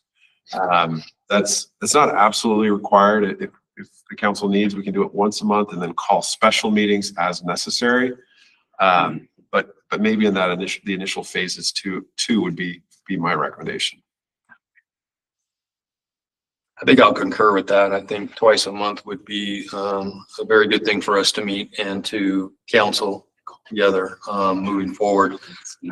So, I agree. I think anything less than twice a month would, I don't think we would be getting what we need done, especially in the beginning. Yeah, Mr. Mayor, I agree with that too. Twice a month, I would agree with that. okay, so with that being twice a month, second question is what day of the week and what time should we meet for these regular meetings? Mr. Mayor, my preference is Tuesday evening, 6 p.m. If not, Wednesday, 6 p.m. would be my second choice. Okay. Any other thoughts from the council members? Mr. Mayor, I agree. Anything but a shoulder day, so ideally Wednesday, seems to work fine myself. That's where I agree with that. Wednesdays, 6 p.m. work best for me as well. Mr. Mayor, I'm good with Tuesday or Wednesday. I'm good with Wednesday. And I prefer Wednesday. What about you, Councilmember Oaks? Wednesday works great. Okay, so we have it down as twice a month on Wednesday at 6 p.m. Is that correct? And Mr. Mayor, I would suggest the first and third Wednesdays of the month, if we're gonna follow the two twice monthly meeting up tempo. Any other discussion on the days or the weeks, I should say? Okay. Okay, now, so we have Wednesday, 6 p.m. twice a month, first and third weeks, 6 p.m. So now we're gonna need to have a discussion on the location. What would be the best suited location for us to meet twice a month for these council member discussions and meetings for the public? Mr. Mayor, can we be given options? We can, we'll ask Alan Quist if he can give us any insight on that. Mayor, council members, the county has graciously allowed us to use this facility. The good news is if the council's settling on Wednesday, that is an ideal day for this venue. Tuesdays and Thursdays, other organizations have made reservations of this room. But Wednesdays, is my understanding, this room would be available in the interim as we're establishing the town. So that is certainly an option. Other options might include the CAC facility. The benefit of that is that it's a larger space. There would be a cost associated with meeting there, whereas here, I believe the county, at least for the time being, is willing to let us use it free of charge. As far as other facilities, we could look at local high schools and other options. But right now, I've been primarily looking at this facility. But the drawback would be the size, right? There are capacity issues with the occupancy of 60. But we're working with the county to live stream so people can watch online as well. So that might factor into the attendance. And then this could be just a temporary setup anyways. If you found another location somewhere down the road in the next few months that might be better suited, we could always move there. But we could get this place set up that it's a continual on these days that we had agreed to, that we would have this room available to us. I think you said Wednesdays would be, they use it for town use, right?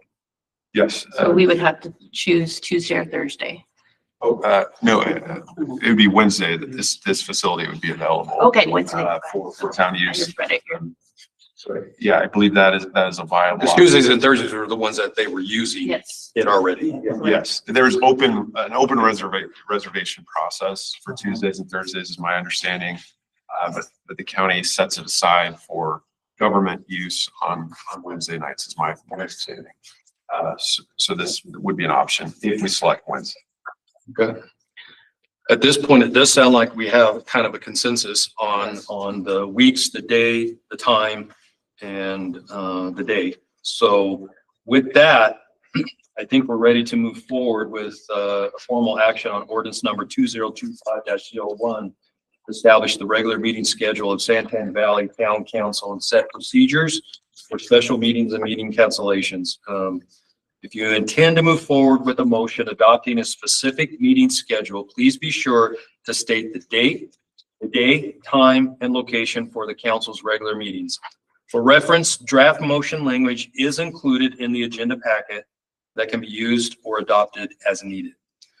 At this time, I will entertain motions from the council.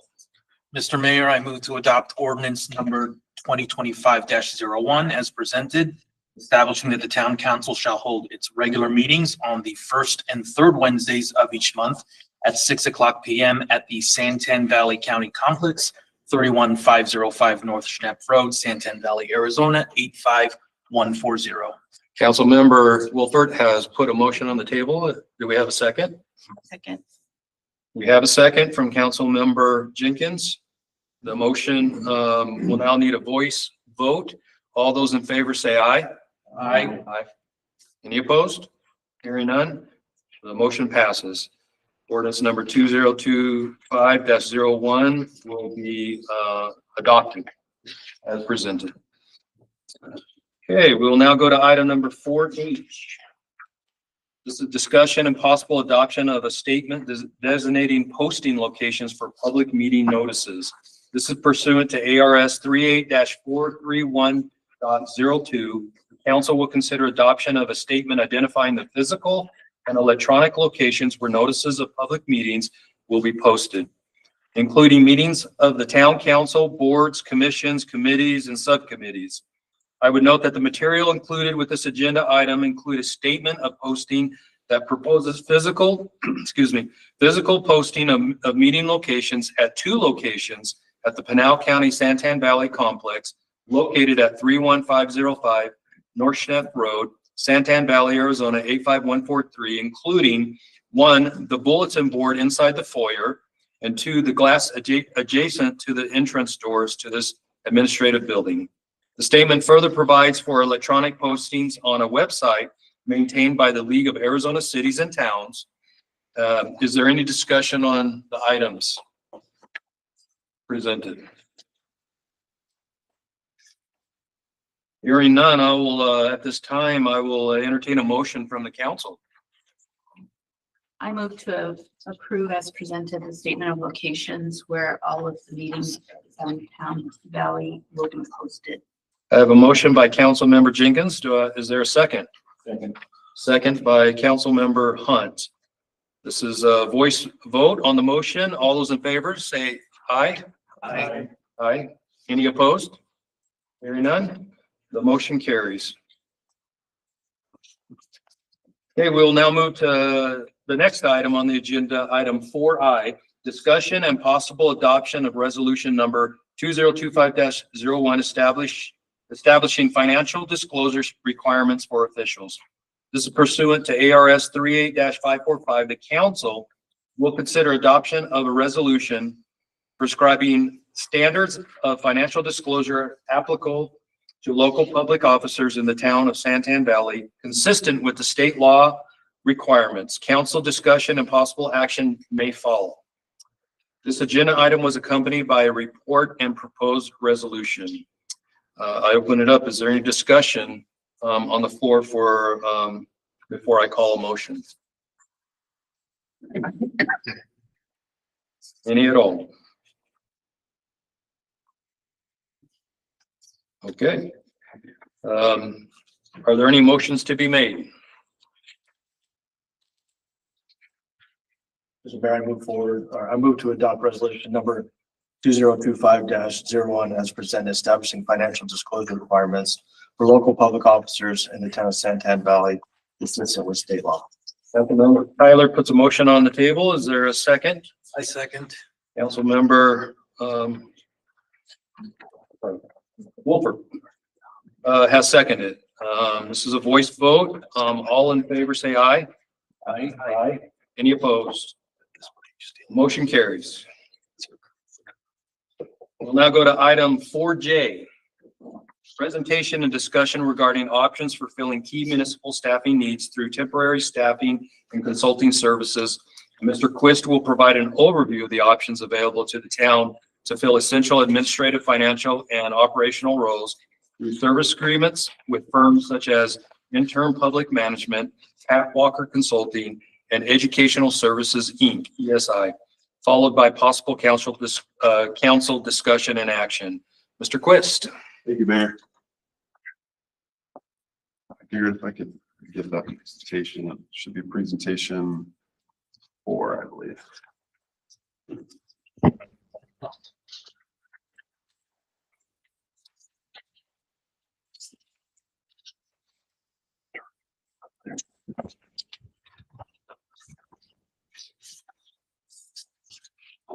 you, Derek. So in the coming months, where was that? What's the secret of this?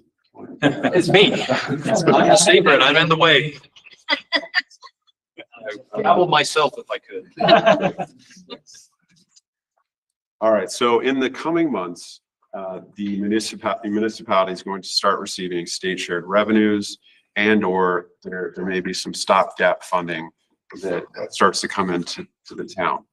And the town can now start to prepare when those funds come in to bring on key personnel, the clerk, the town attorney, key positions, right?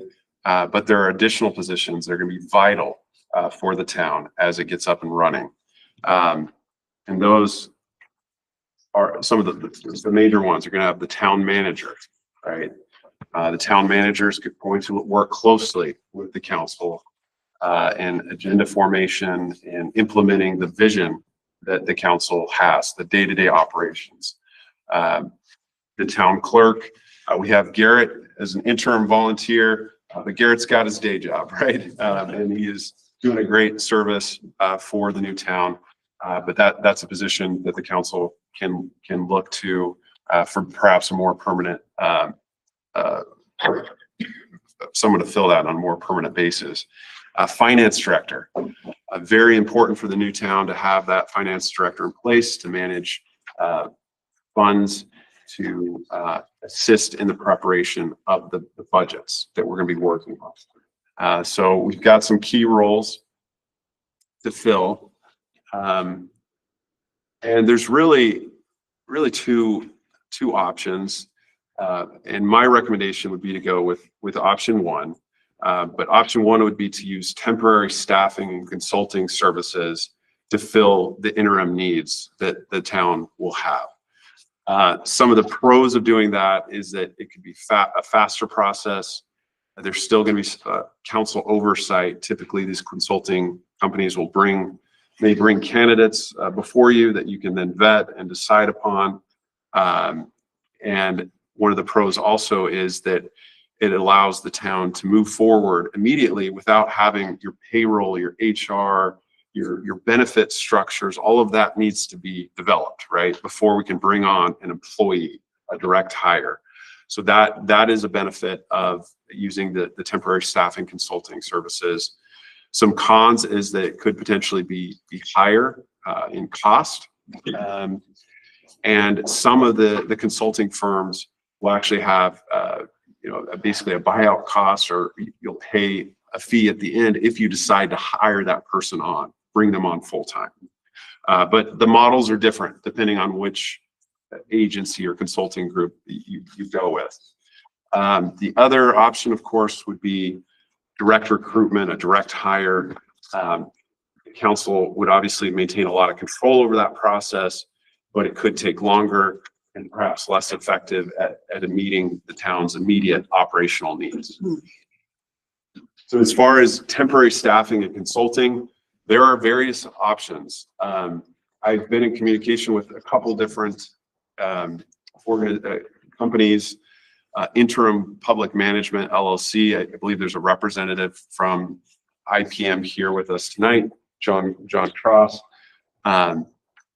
There's Pat Walker Consulting, Educational Services, Inc., ESI. IPM has its own slide that I'll cover with you shortly, but briefly, Pat Walker Consulting, her resume is included in your materials. She has a wealth of experience in financial consulting with municipalities across the state.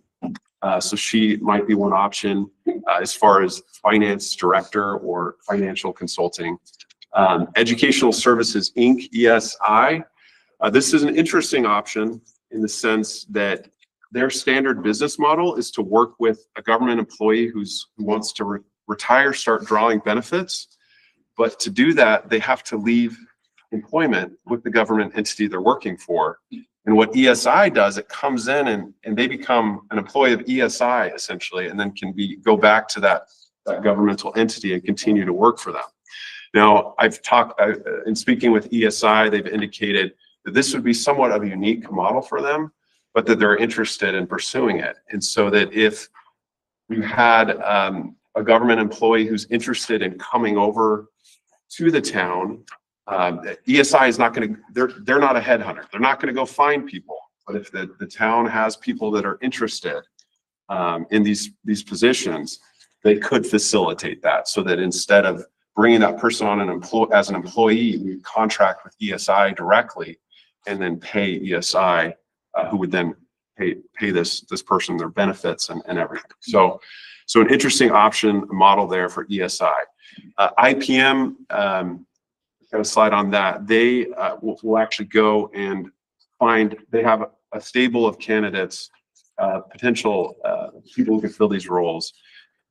They do a lot of work in Arizona. A lot of municipalities have used them to fill temporary staffing. And they've actually supplied a retainer letter that the council could consider tonight if it wishes and enter into. Under that agreement with them, they would provide candidates per position. So they've listed 3 positions in the retainer letter: clerk, manager, and finance director. They would provide candidates in 15 days for those positions.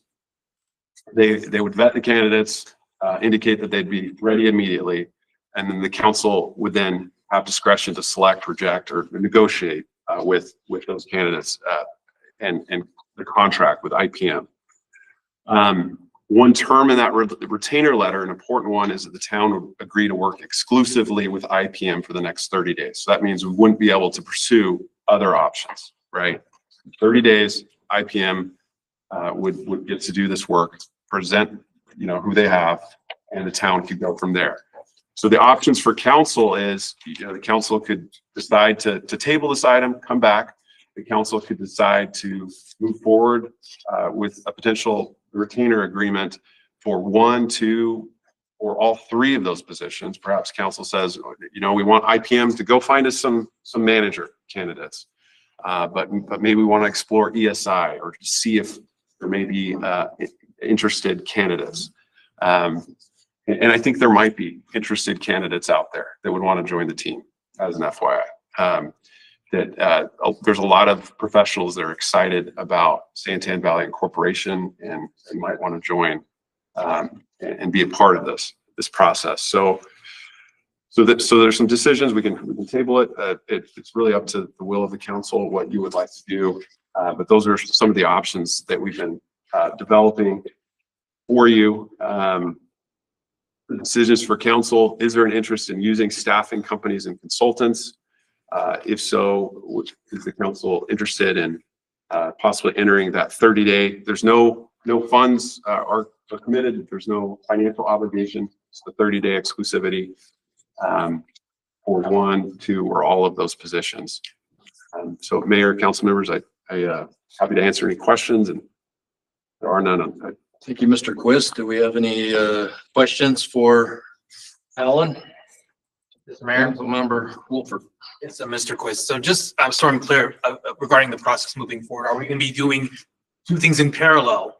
Finding an interim town manager, town clerk, et cetera, and then at the same time be executing a search for a permanent one? Or is the idea to eventually appoint that interim, hoping that they present themselves well? So the interim would typically, and we can negotiate the term, but they're typically going to stay on a year, 6 months, maybe a year. So we have a term with them, and hopefully there'd be enough continuity there that they could get things up and running at a minimum, right? And then at the end of that period, council could evaluate, we want to bring them on full time. And that's if we go with IPM, right?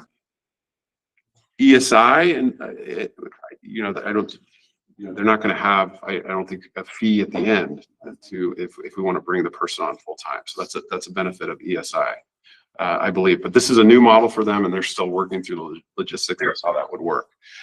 With any option that we pursue, we want to keep in mind though that we still don't have the funds coming in yet, and we'll need those in place to bring these individuals on most likely.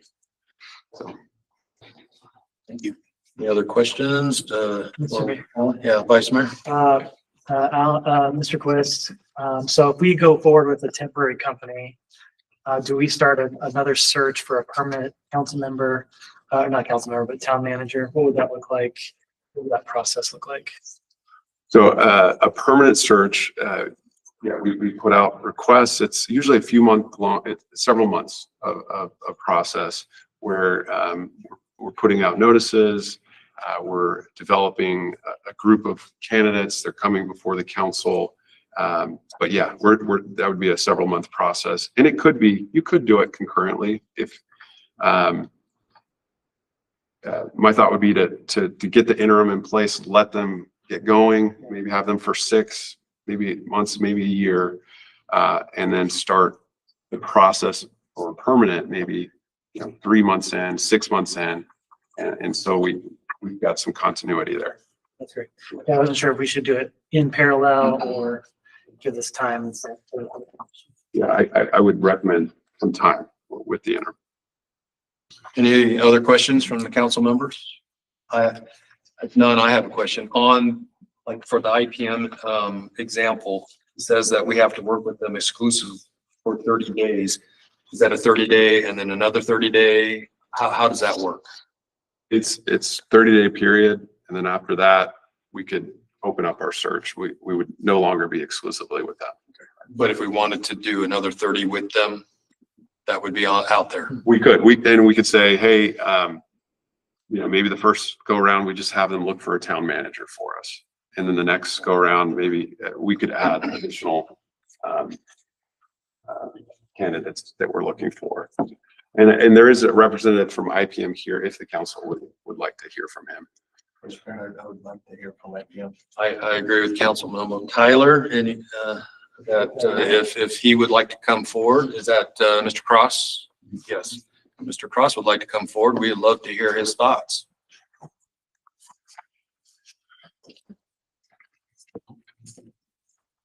Good evening, Mayor and Council. It's good to be with you. Congratulations on behalf of the firm. We really appreciate it.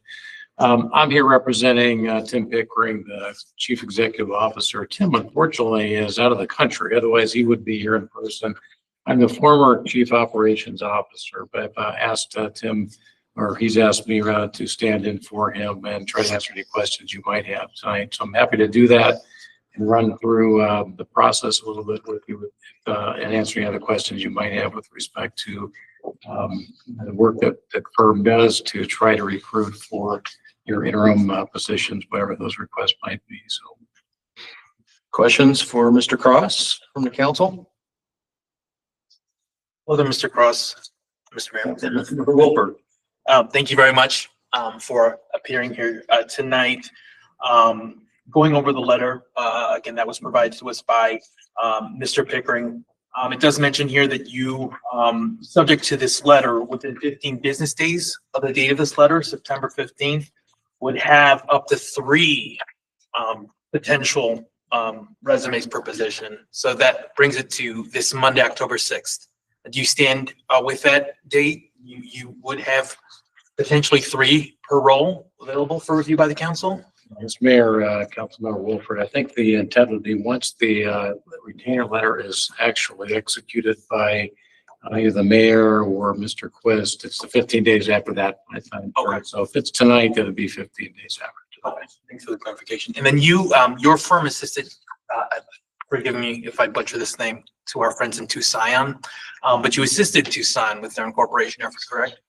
That is correct. Tucson, yes, it's a confusing pronunciation, but yes, that was some time ago. But they very successful process that occurred up there, and very helpful to be able to get them up and running as well. Yeah. Great. Any other questions? Councilmember Tyler? Sorry, Mr. Cross, how would it look if we, after the first 30 days, if we wish to continue services, what does that look like? In terms of the, Mr. Mayor, in terms of the exclusivity period, you mean, and,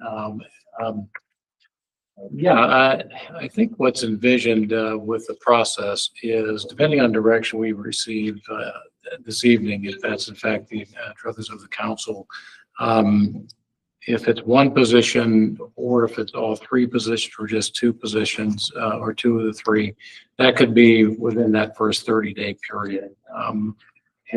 If there's a request to add a position beyond either 1, 2, or 3, then the exclusivity period would start upon execution of the signed retainer letter at that particular point in time. So just another 30 days period to be able to go through that process.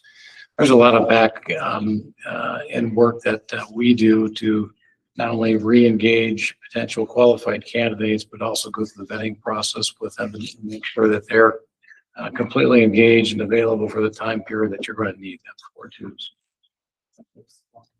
Okay. Any other questions for Mr. Cross from the council?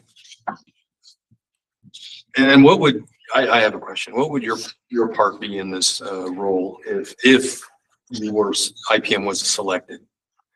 Well, Mr. Mayor, since I am no longer actually a formal employee with them, and a colleague of Tim's is their former chief executive or chief operations officer, to the extent that Tim might need me as a liaison, I'm happy to help in whatever capacity he might need me in.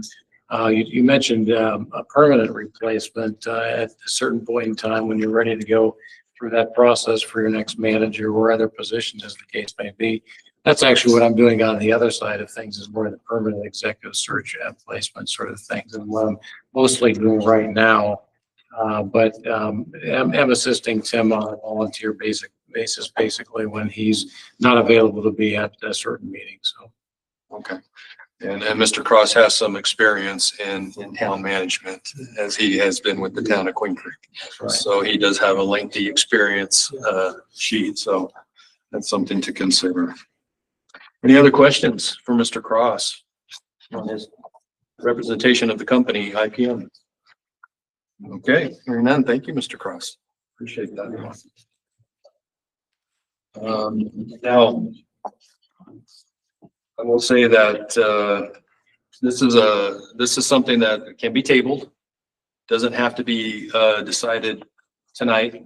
And if we needed to have more further thought and any questions that might come up, we can also move to retain one IPM per se, and if we so choose so. So just making sure that every council member understands that at this point in juncture. So I'd like to say that if the council is interested in moving forward with retaining IPM for the next 30 days, at no cost to the town, to search for the position of town manager, town clerk, and town finance director. If so, if there's a motion to retain IPM for the next 30 days pursuant to the terms of their engagement letter, I'll entertain a motion. I'm proposing to table the matter for a later date. Okay, we have, is that your motion to table? Yes. Okay, I have a motion from Councilmember Jenkins to table this. Is there any discussion on that, or do we have a motion? I have a motion. Oh, hold on. We have a second. A second is what I meant. Sorry. I'll second that. Okay, Councilmember Hunt seconds it. So this is, sorry.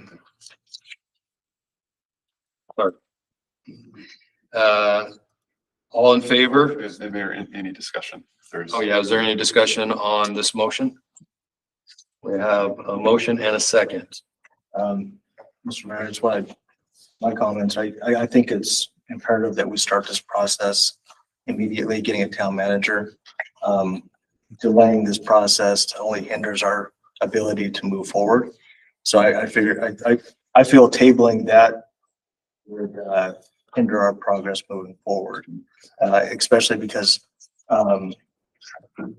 IPM comes at no cost to us over the next 30 days.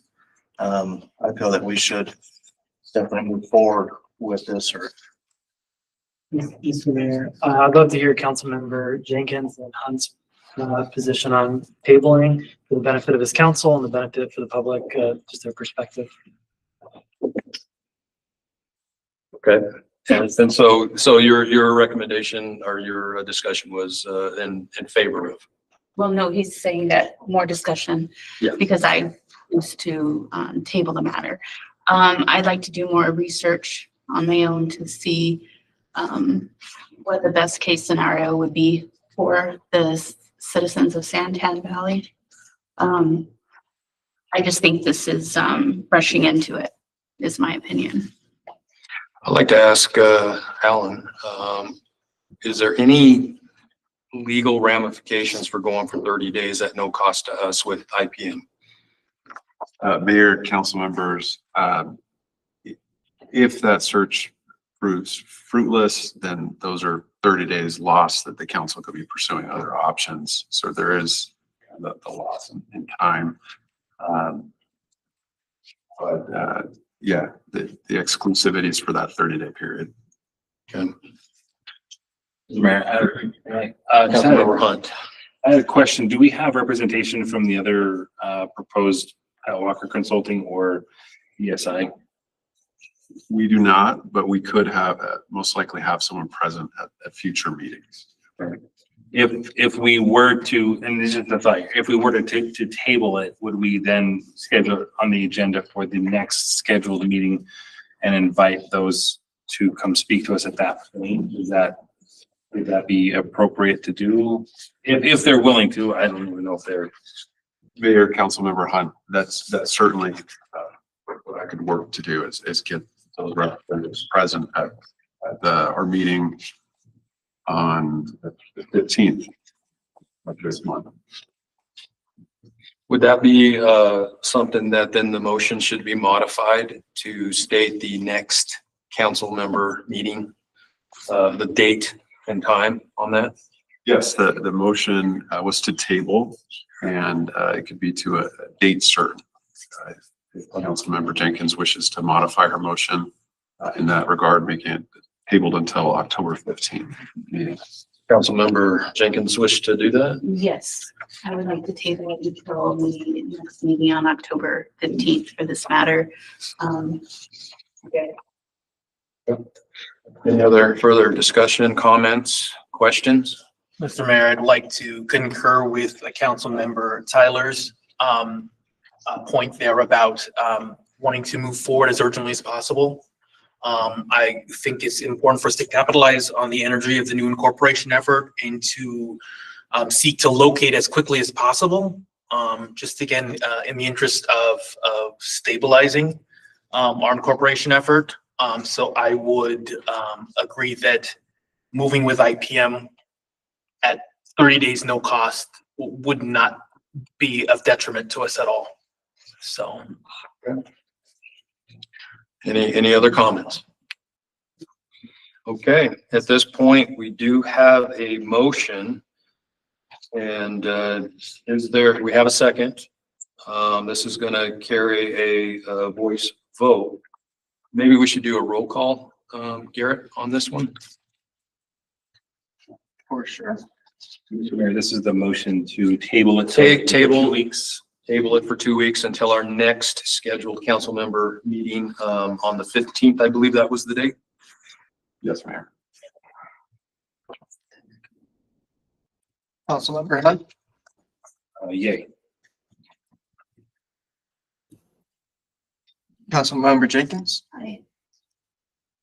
Councilmember Oaks, Yay.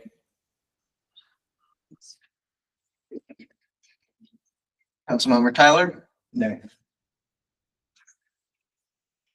Councilmember Wolfert, Nay. Vice Mayor Hudgens, Nay. Mayor Schneff. Nay.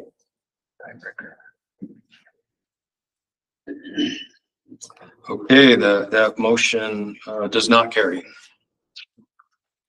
Is there another motion that somebody would like to make?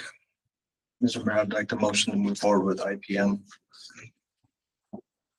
And Councilmember Tyler, if I may, as to all three positions or as to? Sorry, I would like, Mr. Mayor, I'd like to move forward or motion to move forward with IPM for all three positions. And then can you state those three positions? Town manager, town clerk, and financial director. We have a motion on the table. Is there a second? Mr. Mayor, can I ask one question? Are we required to hire all three of those positions, or can we take just two or one? How does that work? You're not required to hire any from those. This is a certain period. They bring back candidates. So yeah, there's no obligation. So we have a motion by Councilmember Tyler. Is there a second? Second. Vice Mayor Hudgens seconds. This will carry a we'll do a roll call on this one. Councilmember Hunt, Aye. Councilmember Jenkins. Nay. Councilmember Oaks, Nay. Councilmember Tyler. Aye.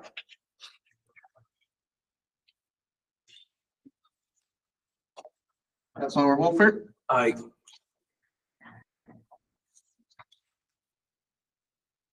Vice Mayor Hudgens. Aye. Mr. Mayor. Aye.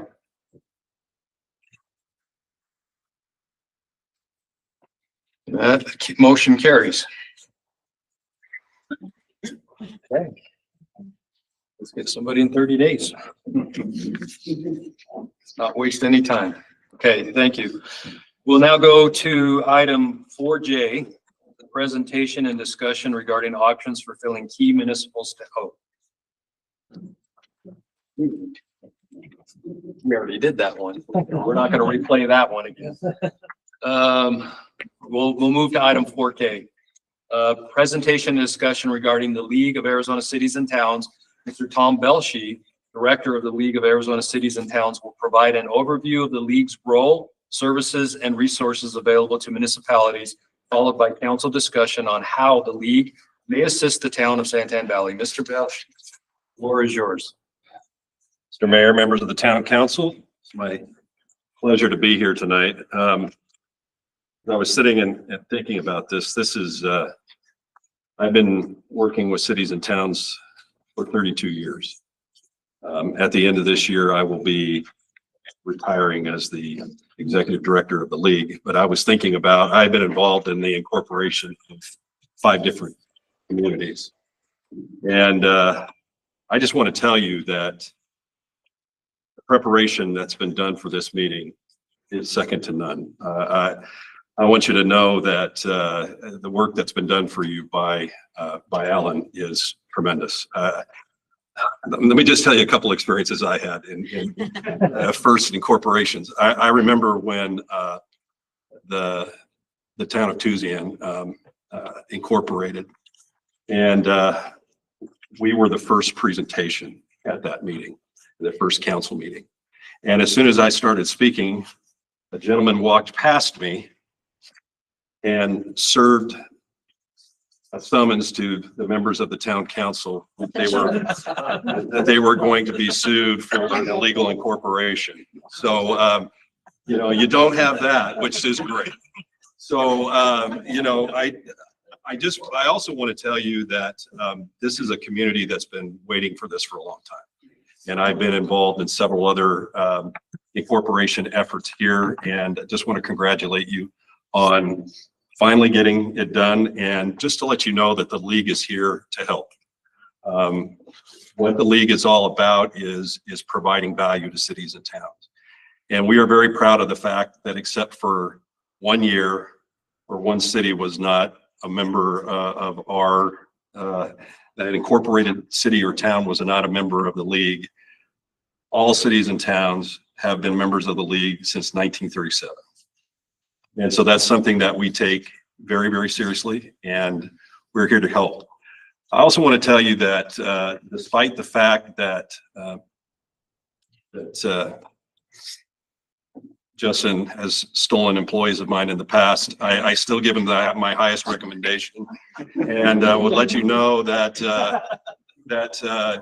in all seriousness, they don't teach municipal law in law school. That was something that came as a surprise to me. And so adequate representation of a city and town is extremely important. When I go out and talk about incorporation with cities and towns, I tell them that having a good attorney is absolutely critical, especially in your formative years that you're doing these things. So I congratulate you on making that choice. I also want to tell you that I have worked with all the companies that have been represented here tonight. I have a personal relationship with them.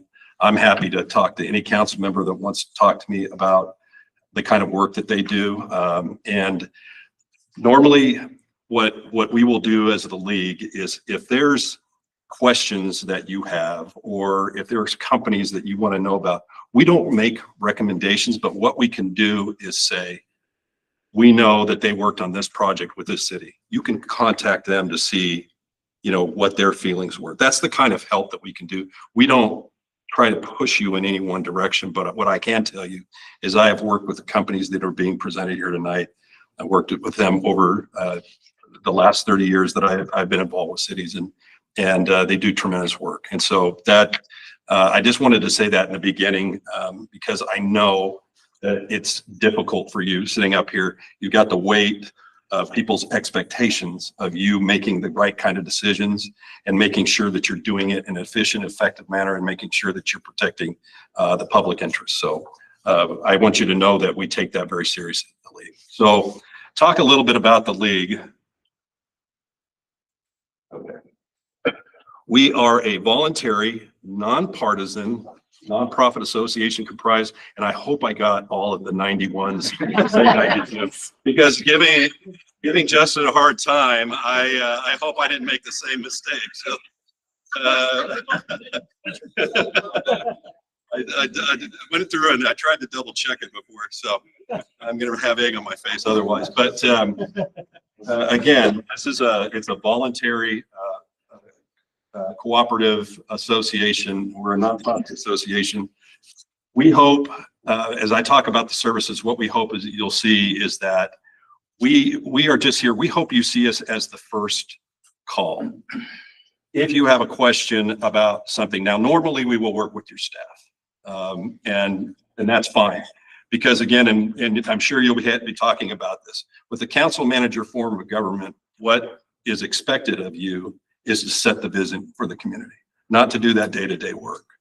That's why people have put you on here, is to watch what's being done, but to also, provide the vision for your community. And so what we try to do is help you with that any way that we can. So let's just jump into some of the services that we provide. Okay, let's see if there's a magic way of doing this. Oh, it's me. So here we go. Okay, thank you. Again, we were formed in 1937. Our biggest, most important thing that we do for you is protect your authority and your revenue at the state legislature.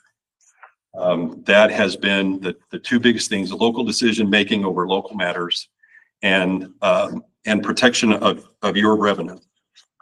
Mostly that means your ability to adopt a local sales tax and the four types of shared revenue, which I know you're going to be talking a lot about, over the next few months. And so those are things that, again, that's why we were formed, and our mission has not changed. And I wish I could say that there wasn't attempts to take away that authority and to take away that revenue, but we face it every year.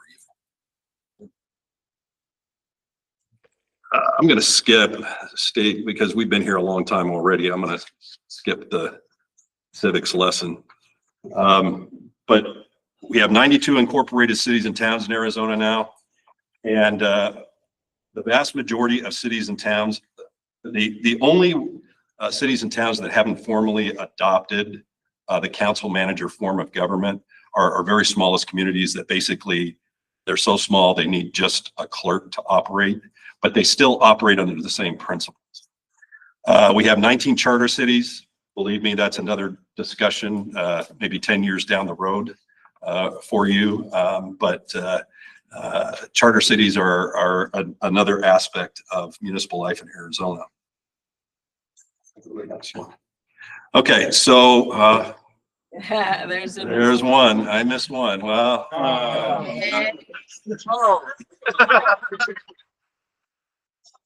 I just knew that was going to happen. Okay. Well, Justin, I owe you lunch, I guess. So anyway.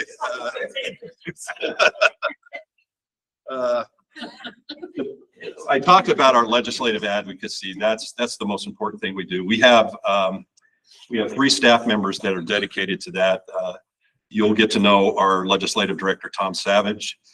He is watching these proceedings tonight, and also we have 2 others, Marshall Pimentel and Yerizbeth Caballeros, and they do a great job. They are our boots on the ground over at the legislature, and we appreciate very much the work that they do. Renee Guillen, one of my deputies, and I also are very involved in that.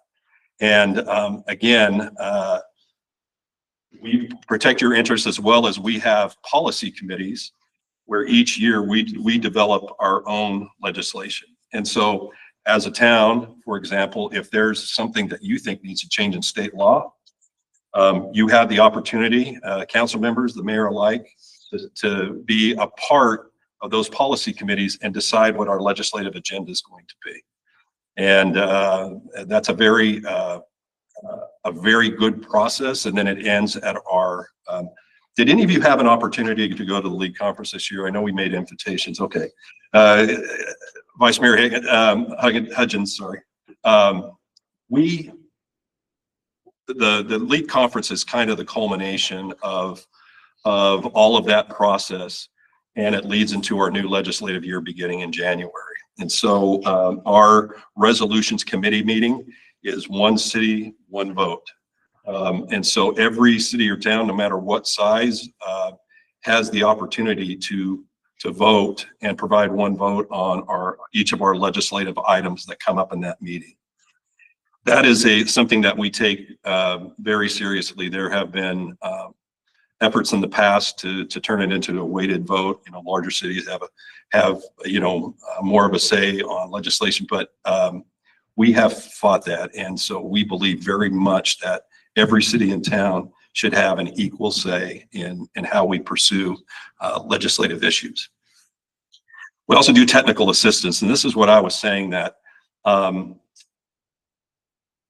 we not only have, what I would say is we facilitate your opportunities to have your staff, for example, the toughest jobs around, and I know, again, my many years of doing this are city attorney, city clerk, finance director, and city manager. Okay, very difficult jobs. What I would say to you starting out is, before you even have those employees come on, is assume that they're trying to do the right thing. Too often these days, we have people who assign nefarious activities to their staff. It's something that I don't understand. And usually those staff are trying very, very hard to provide you with good information in which to make your decisions. And so when you get a packet ahead of time with information, do them the courtesy of actually reading that information before the council meeting. Don't open the packet up on the dais and try to read it during the council meeting. That does them a great disservice. We're here to put you in contact. Let me just tell you what a typical day at our office will be. We'll get a phone call that says, you know, we have a question about how an expenditure limitation works. Okay, so we have a staff member that specializes in that. And so we will direct your staff member to that person. If it's more specialized than that, we also know which cities and towns have already been through that or may have a similar situation as you do. And we can make a phone call and facilitate a finance director from another city to contact your finance director and say, hey, this is how we did it. And if you'd like, I can send you a sample. The Municipal Clerks Association, you know, clerks are an interesting breed, okay? These are the kind of people that now I think we show up early to meetings, okay?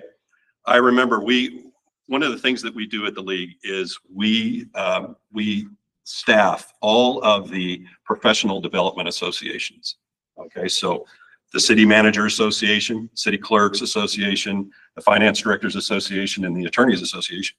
We are the staff for those groups. And the reason that we do that is because we want to make sure that they know, okay, here are the things that have changed in state law that you need to know about. We want to make sure that all cities and towns know what they need to do to comply with state law.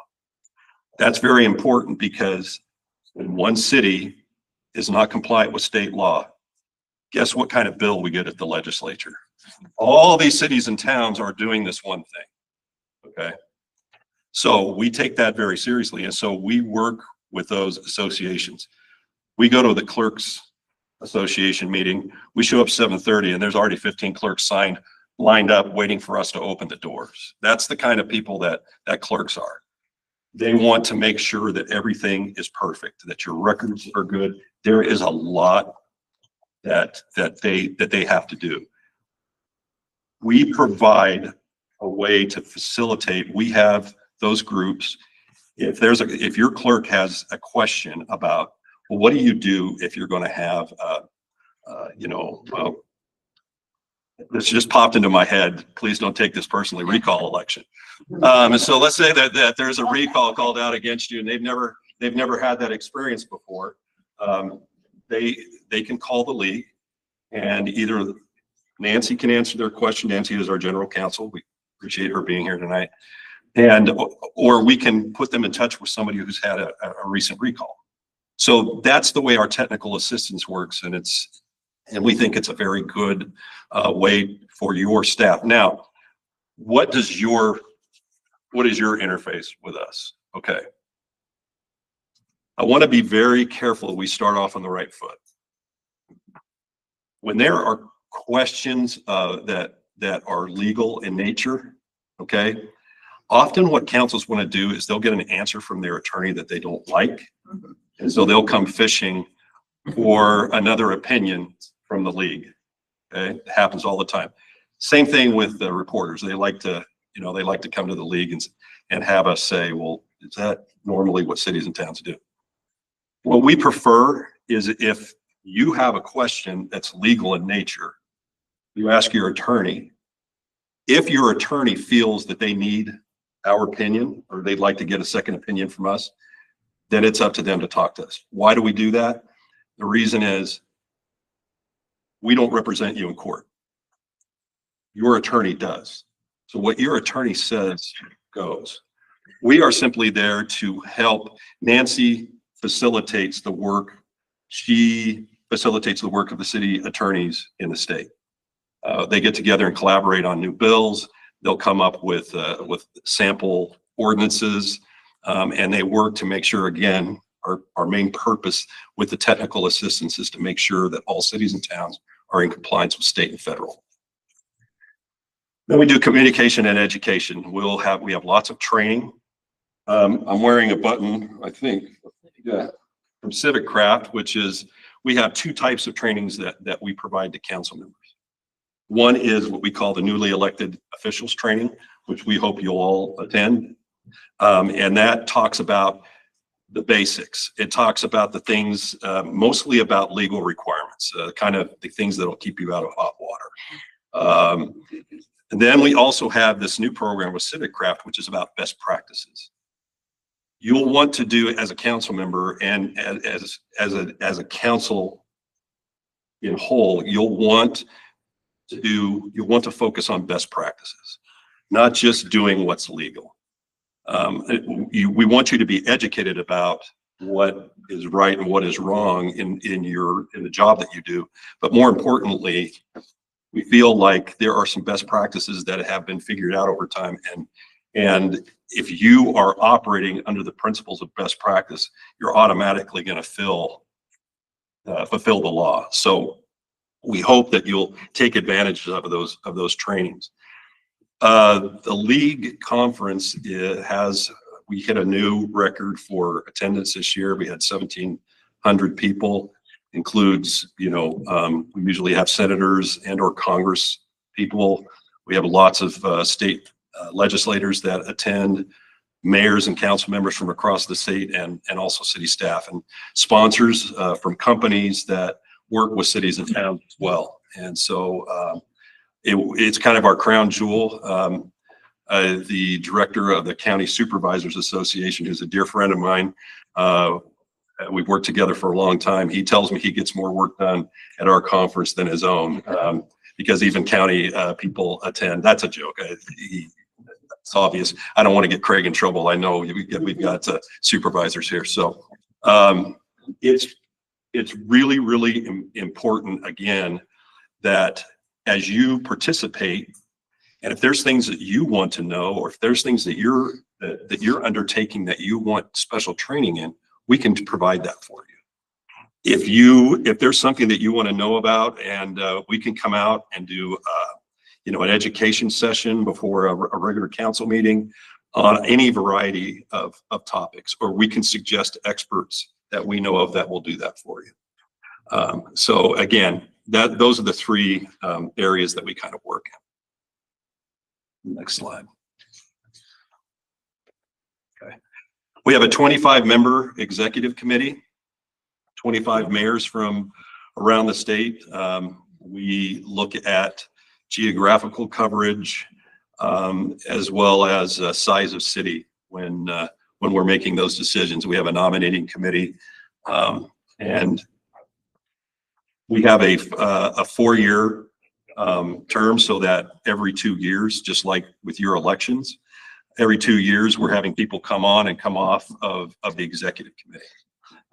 And so that it has been my pleasure for all this time that I work with for mayors across the state. And I am a true believer in what you all do. I have had the pleasure to work at the state. It wasn't as much of a pleasure as working for cities and towns, however. I think local government is really where the proverbial rubber meets the road. I think that what you do every day for citizens is much more important to them than anything that is done in Washington, D.C. And unfortunately, most citizens don't know the extent of the things that you'll be talking about on their behalf. And so that's something that we try to do too, is inform the public about the really important work that we do. Next slide. This is our current executive committee members. President Kevin Harkey from the city of Chandler is our president, and our officers are really involved in our day-to-day stuff. They have, it's interesting. We are a nonprofit association, and I always know that to be true because we test the nonpartisanship of our elected officials and asking them to take certain positions that maybe, but we've reached an agreement as all cities and towns on a position we may be taking on a bill. And that may not be the exact position of the president of the association, but because they're the officers, they go out and they carry that message regardless of their own personal feelings. And so we have a lot of respect for the people that are on executive committee and do the things that they do each day. And it is truly a group that of 25 people that have very varied ideas about how things ought to be done. But I think when they commiserate and when they come up with a decision, there's been very few times in my 30 years of service that I thought that they were doing it the wrong way. And so we have a lot of respect for what they do. Next slide. This is our wonderful staff. We have a small staff, but they are all kind of generalists. They know about all of the different operations that the league provides. When you're a small operation, I remember I tell my staff this story. They don't believe me, but when I started at the league, one of my jobs was to do the sprinkler system because I had some knowledge in that, having been on the grounds crew at my university. And so that was part of my duties when they hired me, because we were a small association and they were trying to save money. Now, I don't do that to my staff now, but all of our staff is involved in legislation. All of our staff is involved in the education, and also in the questions and answers that we provide. And they all work very, very hard, and I'm going to miss all of them when I retire at the end of the year. But this is a very good, solid group of people. And also, we have relationships with some very good consultants as well, consultant lobbyists, as well as data analysts, economists, and other folks that we use to help us to get good data that we can use in our answers and in our work over at the legislature. Next slide. Okay, about that, let's go to the next one. Okay, so we have a policy statement that we worked off of, and we will have a new one for the beginning of next year in 2026. Our legislative session starts in the second week of January. The other thing that we do is every Monday morning, if you wanted to keep up on what's going on at the legislature, we do a Zoom call where you can sit in and we talk about all of the bills of interest that are going on, those that are going to be heard at the legislature. And you're welcome to sit in and ask questions. And what we also like to do is we hope that you'll develop relationships with your legislators so that we can call you and say, hey, we'd like you to reach out to Representative so-and-so and tell them that this is how you feel about this bill. And they get very tired of seeing league staff, as you might imagine. We're not always their favorite people, but you are the politically active people in your community, and your interest in legislation carries much more weight than the league staff does. And so we really depend on our elected officials to be involved. And so we hope that you'll do that. Next slide.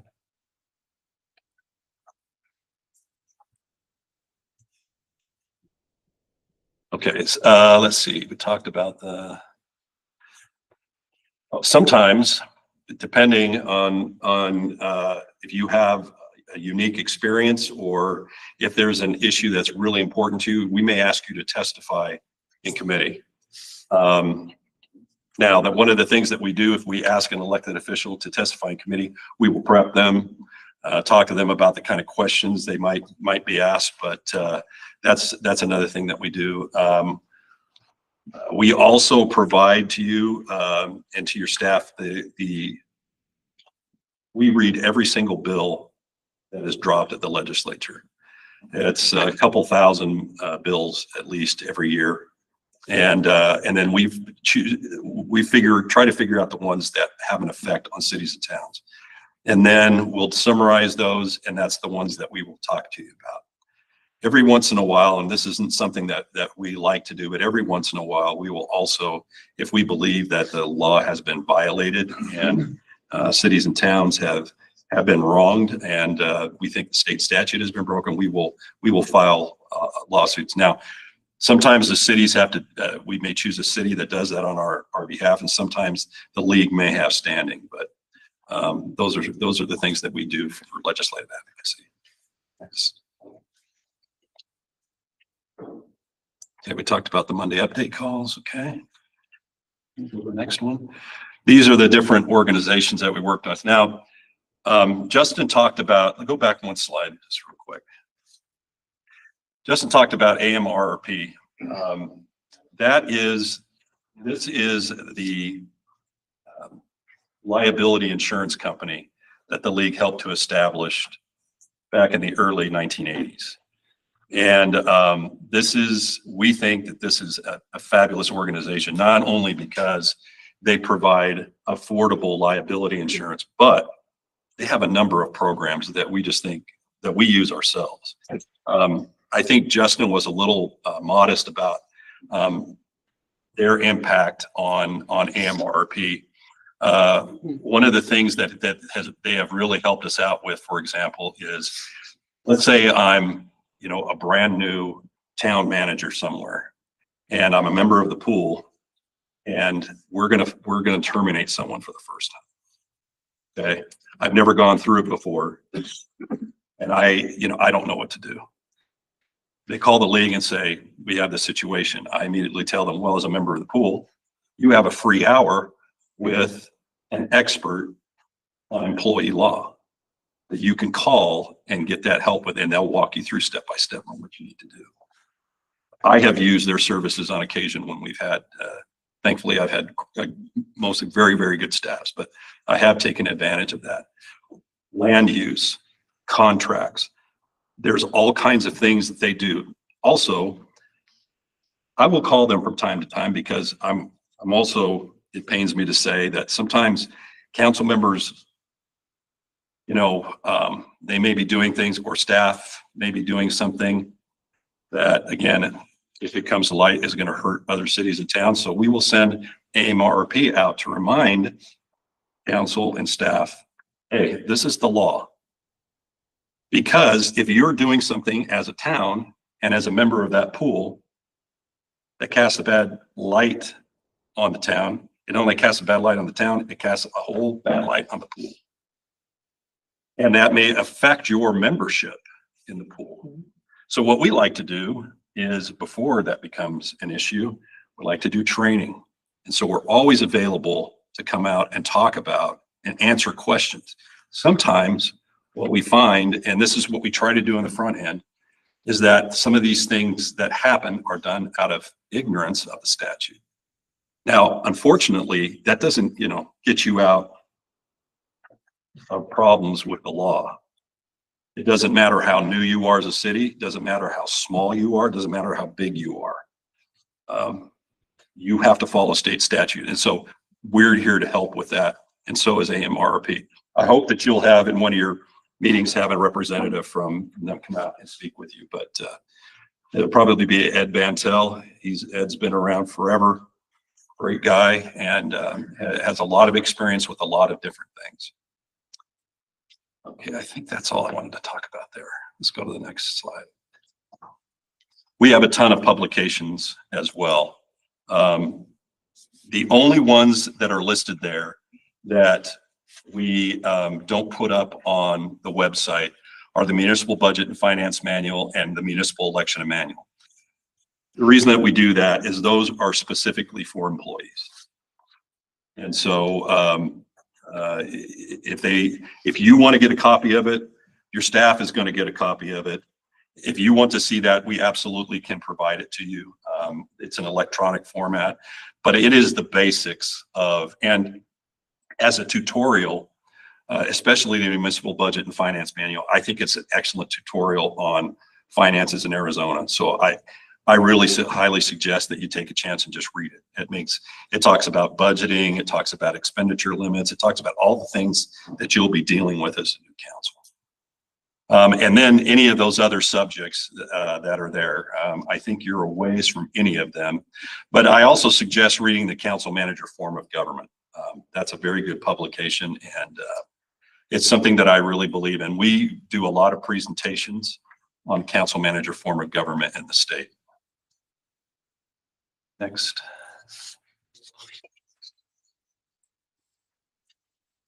Okay, we talked about our local government directory. We do, at the beginning of the year, some people like to have that hard copy version. I will just tell you, we send those out, and you'll get a copy of it. That's specific information on every city and town, all the elected officials, all the key staff, their phone numbers, and also data about them. you know, everything from their elevation to when they hold their council meetings. It's all in that book. It's also online. The online version is, we update that in real time. Obviously, as soon as we send out that hard copy version, it's automatically bad after we send it out. There's just turnover, you know how that goes. But we try very hard. Again, we want you to form relationships with other cities and towns, and we want you to have that at your fingertips. Okay, next slide. Okay, there's our, we hope that you'll read our e-newsletter. We not only, we talk about day-to-day things in our newsletter, but we also have fun things like if towns have a specific festival coming up, or, you know, we'll do a spotlight on a particular community, or we try to do interesting things there. And so we hope that that would be interesting to you. Okay, next slide. We are on social media. We hope that you will follow what we're doing. We try to highlight the things that you're doing. We hope that when you all do something cool, that you'll let us know, and that we can highlight it on our social media channels. Everything from new businesses opening in your community to, you know, just things that you think, new housing developments, anything like that is newsworthy. We'd love to highlight that on our social media. Next slide. Okay, we talked about the conference. Let's go to the next slide. Okay. We have trainings and classes on all of those subjects. Somebody asked about the Model City Tax Code. That's something that Alan will be talking to you about, but we are very involved in that. That code is the basis of your local sales tax. I'm not even going to talk any more about that tonight because, again, you've been here a long time. So, but that is a very important document for you to understand, and we can help again. And Alan already knows that you know, we have quite a bit of knowledge on how that tax code works and can help answer questions about that. Yeah, let's go to the next slide. And that's it. I'll just end by saying that, again, congratulations on this big step. We're here to help. We hope that you'll feel like the membership in our organization brings you a lot of value, and here to help. If you have any questions, you can call us. I will always be honest with you as to whether or not I think it's something that we can help you with. Sometimes I'll direct you back to your own attorney, but most of the time what I can tell you is, hey, this city has experienced this, or hey, this company provides that kind of expertise. I know if you talk to City X, they've used them, they can give you a recommendation or not. Those are the kinds of things that we can help you with. And so we hope that you'll take advantage of that.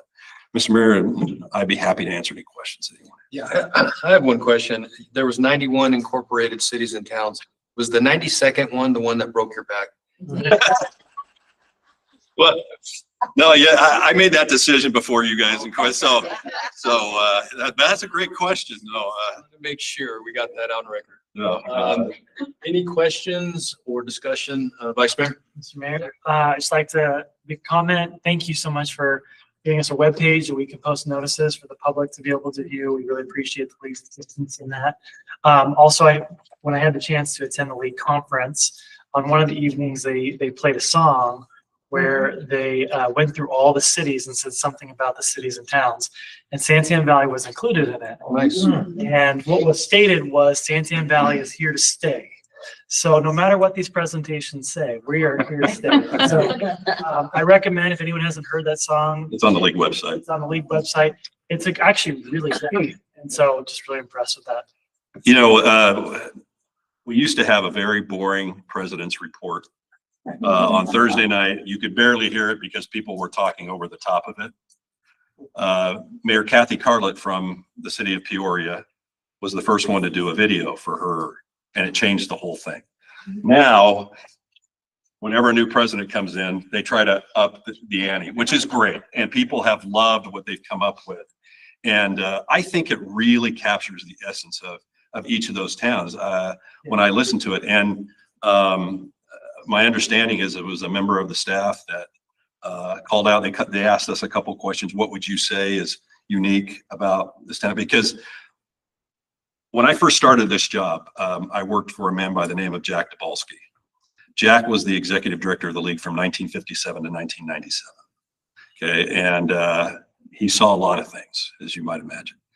And so Jack, when he would take me out and we would visit a city, he would tell me something unique about that. I remember going to Nogales, and he had a favorite place, and he'd always bring a cooler, and he would have a dry ice, and he would pack chorizo from this one little place in Nogales. And we would go to the Gadsden Hotel in Douglas, and we went to the Sundial in Carefree, and just those are the things that have stuck with me all of these years, is that there's a reason that people decided to live in Santan Valley. There's a reason that I chose to live in the town of Gilbert. That's a personal decision for every person. And so you are going to reflect the values of your community, and that's what we hope. And we want to do the same thing. We want to reflect the diversity of all of the cities and towns. So as you all develop and as you bring in new unique characteristics, whether it's an ostrich race or or something like that, I'm not saying copying other cities and towns, but as you come up with your own things, that is what's going to and that's what's exciting about what you're doing, is you're going to create new things that people are going to recognize you for. So with that, again, I'm here to answer any other questions anybody has. Any other comments or questions or discussion with Mr. Belshie? I appreciate your presentation, and I've used you for several years as far as getting information. And I just recently asked for the finance budget manual. So that's sent to me this morning. Okay, great. Through my new Santan Valley email. That's terrific. And your plethora of information. We have expertise with our employees as well as other people that we know. And that's what we're here for, is to make your job easier. And believe me, all of the people that work for the league are also true believers in what you do as well. And so again, we hope we'll make use of us. Thank you, Mr. Belshie. Thank you for your time, and congratulations on your next venture. Thank you. Good luck. Okay, this will bring us to item 5. There's more.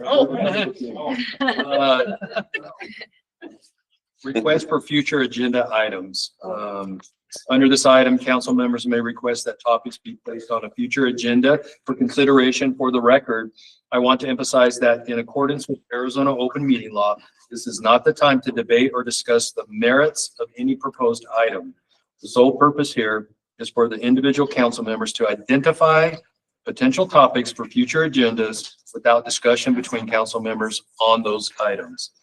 At this time, the floor is open for council members to state any request for a future agenda item.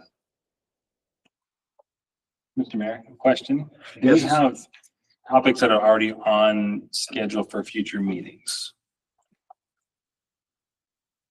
We should have some already. There's many topics. But this is council's opportunity if there's a specific topic that you would like to see addressed to add on. But in the meantime, I'll be working with Garrett, the mayor, the vice mayor to build an agenda for you for each subsequent meeting. I would like to put, there's a couple that I would like to put on for a future agenda. One is the call to the council for like current events, something that we might have wind of or know that is happening in the community that we can discuss and talk and let people know. And the other one is the call to the public for meeting decorum. Kind of a understanding now that we're new and we're going to have a call to the public, what the emphasis is, what is it that is expected in the decorum of the public and for us. So those are two I'd like to get on to the future agenda.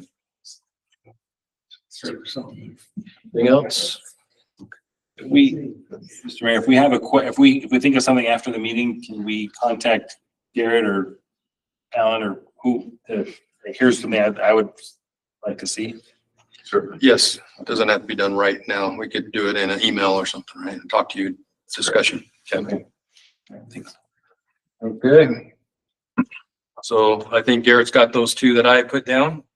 We'll move forward with that. We'll now go to item number 6, call to the public. This is a time set aside for citizens to address the council on any issue within the jurisdiction of the town. Each speaker will be limited to 3 minutes. We do have a hard out at 9:30 in this room and in this building. So you could try to keep that within the 3 minutes or less. We would appreciate that. So you'll be given 3 minutes, subject to adjustment if needed based on time constraints or meeting management issues. Depending on the time, it may be appropriate to notify that the meeting, like I just said, needs to conclude at 9:30. So depending on how many will be wanting to voice their opinions or thoughts, concerns, or whatever, we may have to adjust that as we get further down in the call to public. So in accordance to Arizona open meeting law, the council cannot discuss or take action on matters raised during the call to the public. At the conclusion of this item, individual council members may, 1, respond to criticism made by those who have spoken, direct staff to review or follow up on a matter, or request that matter be placed on a future agenda. At this time, I invite members of the public, and I do have a couple of comment cards that we'll ask to come up first, who wish to speak. First one is Jeannie Stockton. If you'd like to come forward. And you're on the clock the minute you say your first word. Okay, so the 3 questions, and congratulations, everybody. Congratulations, congratulations. I actually recruited Alan to be the attorney for Santan Valley Inc. He was a godsend, and thank you for letting him do it pro bono. So all of my questions you guys have kind of answered, but I'm really excited to find out where we're going to find out about volunteer opportunities, maybe Chamber of Commerce opportunities, what's going to be on the ballot in May, or if that's when the ballot's going to be. Are we going to be having, and this might be food for your next agendas, are we going to have an opportunity to vote on fire suppression services and how that would be covered? There's just a whole lot of things you guys have to deal with.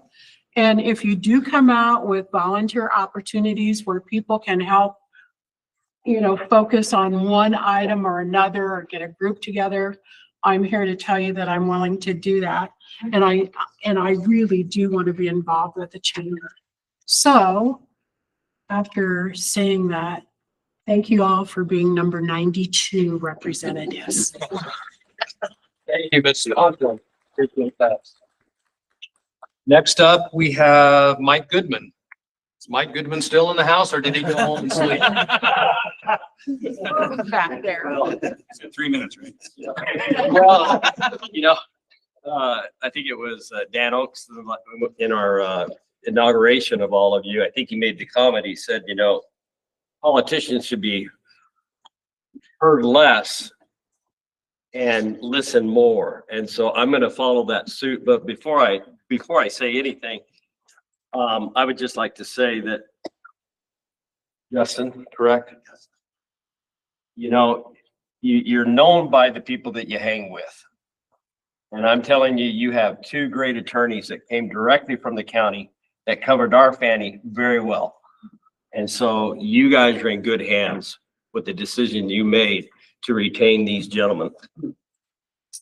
The other thing is that I just wanted to bring some events, to your point, that are happening. We are celebrating 150 years of Pinal County being a governing agency within the state of Arizona. 150 years. That's a long good defeat that we've been able to accomplish and do over these years. I want to personally invite each and every one of you and your families to come on this Saturday from 3 to 9. And there will be food, enjoyment, entertainment, bands, everything that you could possibly think of. We have many sponsors that have put the money together. So this is not at the taxpayers' expense. This is many of the sponsors that have helped us put this off in a big bang. So invite all of you and your families to come to that. There will be a fireworks that evening, as well as a drone show that's going to take place. So it'll be a pretty big festivity, and it's at the Florence Park area right there near the public library. Okay. Then the county itself started here in District 2. And by the way, I'm Mike Goodman. I'm the District 2 supervisor for this area. So I need to make sure I Probably clarify. should have stated that. And I'm going to play a rule. What's your name? I'm going to suggest that we take a 3 minutes. we take a playbook out of your guys' playbook, and that is hold call to the public at the very end of the meeting. That way they're all leaving before you have to actually listen to them complain about everything. We have a bike rodeo. There is a committee that's been put together several years ago called Santan Valley Council. That was something that we decided here in this district to get the input from the public as a whole. So the Santan Valley Council is taking over this bike rodeo. It will be October 18th from 10 a.m. to 2 p.m. at the Home Depot parking lot and now Winco. And so come and enjoy, bring your family members. The whole scenario behind this is adopt a bike program. We have many individuals that have donated their bikes. We have various institutions that are helping to repair these bikes and make them available for the young people of this community to have a bike. Then there is the Florence Unified School District is having a hoot night at Walker Butte, and that's Thursday, October 23rd at 6 p.m. Then there is for our community, Santan Valley. This is another organization that we help put together with many of our non-denominational or non-profit organizations. And there's a lot of good that this particular organization does. Tyler has been a part of that with us over the last few months as we've been getting this off of the ground. We've been doing this for some time. Dan Oaks was part of that several years ago. This particular organization, we were approached by the local, what was that? Boys and Girls Club? Boys and Girls Club here in Santan Valley. And they identified 90 families that were struggling, and they needed a Thanksgiving meal. They called our office and asked us if we'd be able to help. We had identified the different organizations in this community that we could pull together. And it was one of the most, sorry for the 3 minutes. It was one of the most humbling experiences I've had. Within 30 minutes, we had those entire families taken care of just at the table in my conference room. And they were all, and there was a date to bring all the food and everything to the Boys and Girls Club. And it was a humbling experience to be a part of and to see all of the organizations come together to be able to deliver that. I invite, as you guys have amongst you, to avoid the open meeting laws, I invite you to be a part of that. In other communities, City of Mesa, they call it Golden Rule. They call it the Golden Rule Banquet, and they get together every year. So that just to give you an idea there. Then last but not least is Combs School District is having a trunk or treat at the Combs High School. And that is October 25th at 6 p.m. Now, when I first took office in 2017, I got a phone call from one of our legislators that was elected the same time I was. And he asked, Mike, what do you need? I've never had a politician ask me that particular question, somebody of that magnitude, and he delivered. I told him certain roads that needed to happen, and he delivered. He got us the funds. He opened the path because we were looking Meridian Road. We had 5 different governing agencies, and this man delivered with a simple law that allowed and forced all 5 of those agencies to be at the table. So with that in light, what can we do for you? Just ask. We've already started that process with this room here. There's other things that we can do. And that's all. You know, I commend each and every one of you for what's happening here. It's no longer one guy. It's 8 of us together.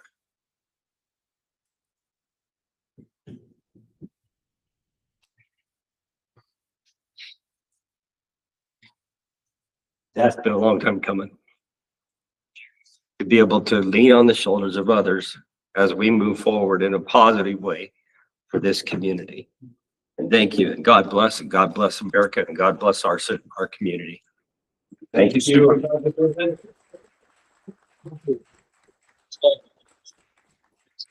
You can have that until you get your own mallet, then it's fine. I wasn't gonna ask. But thank you. Is there anyone in the public that would like to come up? Please, when you come up, please state your name and where you generally live. I know it's in Santan Valley. Santan Valley, yeah. My name's Deb Grett and I live in Johnson Ranch, so love the location of these meetings because I won't have far to go to get home, so that's great. Just a couple of requests going forward. Can you ask them to make the room a little warmer? Just on a side note, but congratulations to you all. This has been a long time coming and I'm so happy to see it happen. It's cold.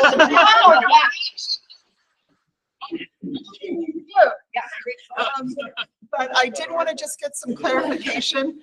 I was on the STD Inc. committee and the League of Arizona Cities and Towns was like my Bible.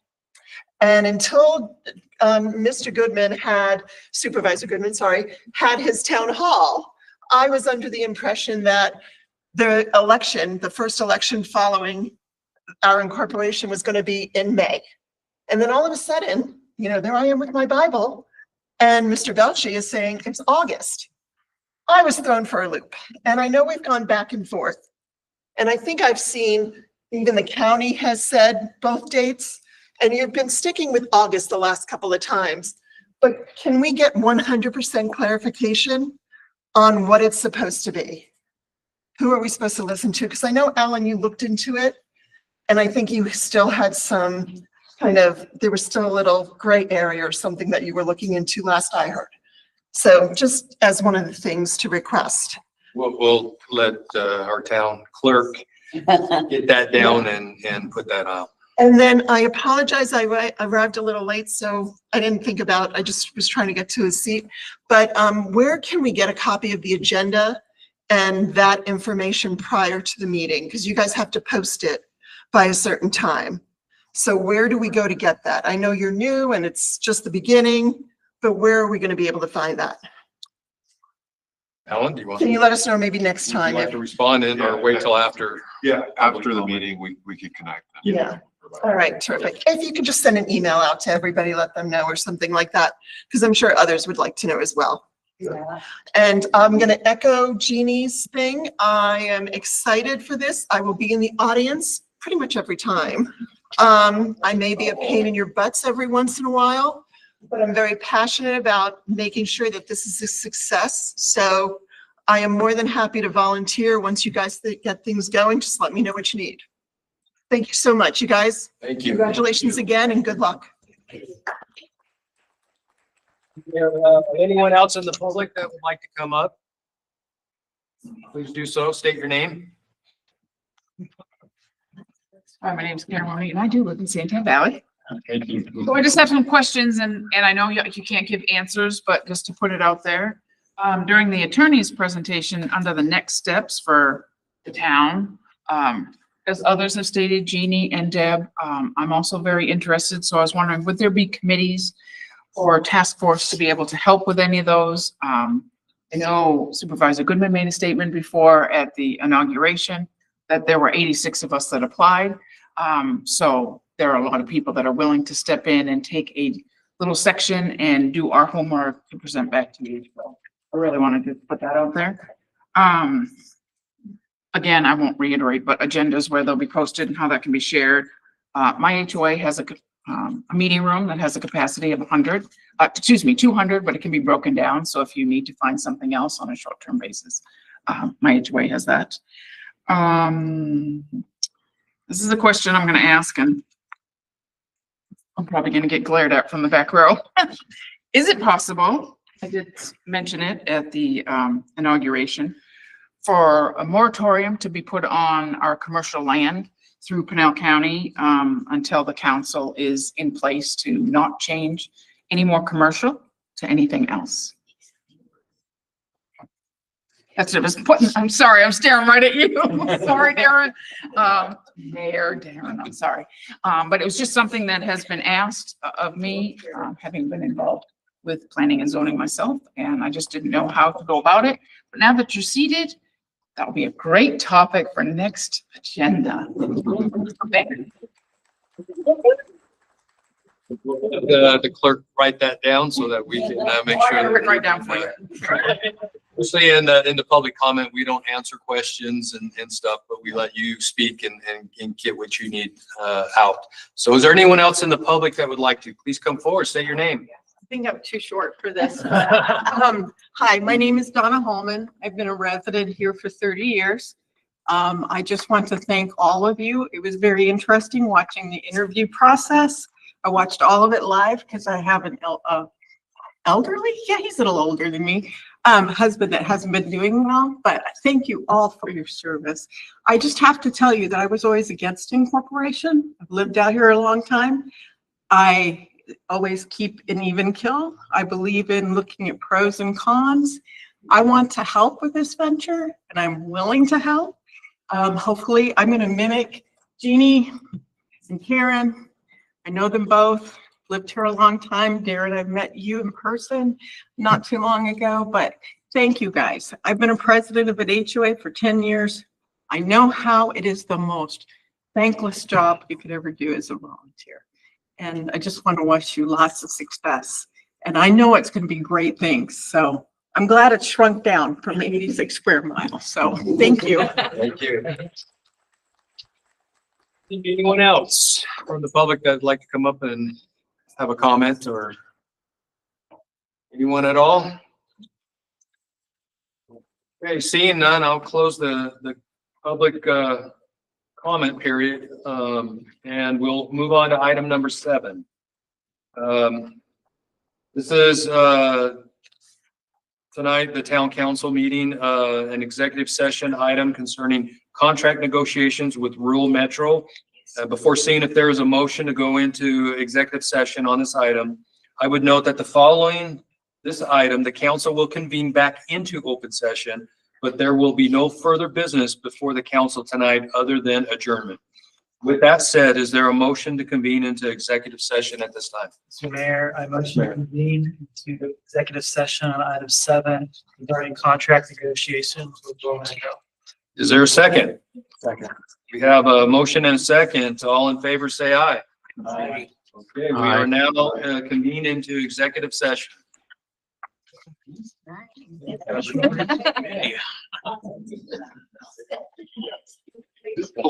I know they, I We know. will, we'll meet in this room right here behind us. We only have 24 to get in there. That I don't. How are you doing? I'm good, you know? Aaron, just you guys. And be in that. Yes. You're a pro already, Mike. My wife right down there. Yeah, right, well, it's. Yeah, well, I've Glad to see you. been out county. That's my mom, that's my wife. You're still involved, you know, and I'm sorry, your name again. My family. Yes, I remember. This is Darren's dad. Hi. He's been here. No. Let's feel well, Betty, since she did whatever she did. I'm good, how are you doing? David. I know. You're the guy that.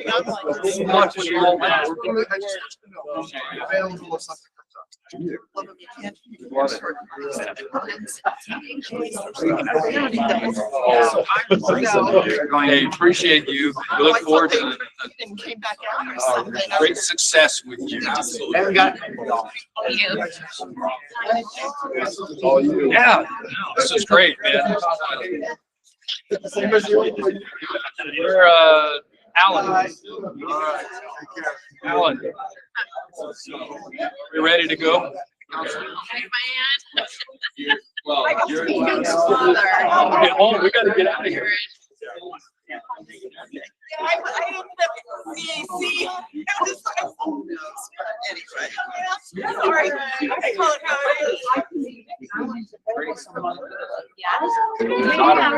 it is. Is, my border. So I stayed in Gamble. So I'm your son's. I got behind David with a crazy day, so I was calling Nancy here and, like, did you just still hear that? I know, they're excited. I have a. I'm looking at If you go to the lot, you want to get church member? Yes. No, it didn't. I did my mind. Because it was them that said, oh, she's got, I apologize. Okay. Do you know where that is? Yes, I know where it is. I'm so embarrassed. So what we're doing is. No, I didn't go to that. I didn't make it a size. Of course you will. So I knew, there was a lot. I am so glad. You're on the opposite side. Well, actually, I was team. No, you were sitting. I was team Cooper. Yeah. Do you want to do those? We were waiting on my son. His kid was Cooper's only other brother. That's what was holding up all of our money. I never had time to tell them that. So what's this change? No. Actually, it was hilarious because Did you already make that? No, I see. It doesn't. They're like, chef, how many? Right. This is the OG, he's the last one living. Yeah. I didn't know. Yeah, he lived, no, that is true. And I would love to see that. So I asked him, I was like, oh. He knows he first. Okay, my name. And, See, you can't have the attorney. but I didn't know, I thought, well, maybe this is something close. And then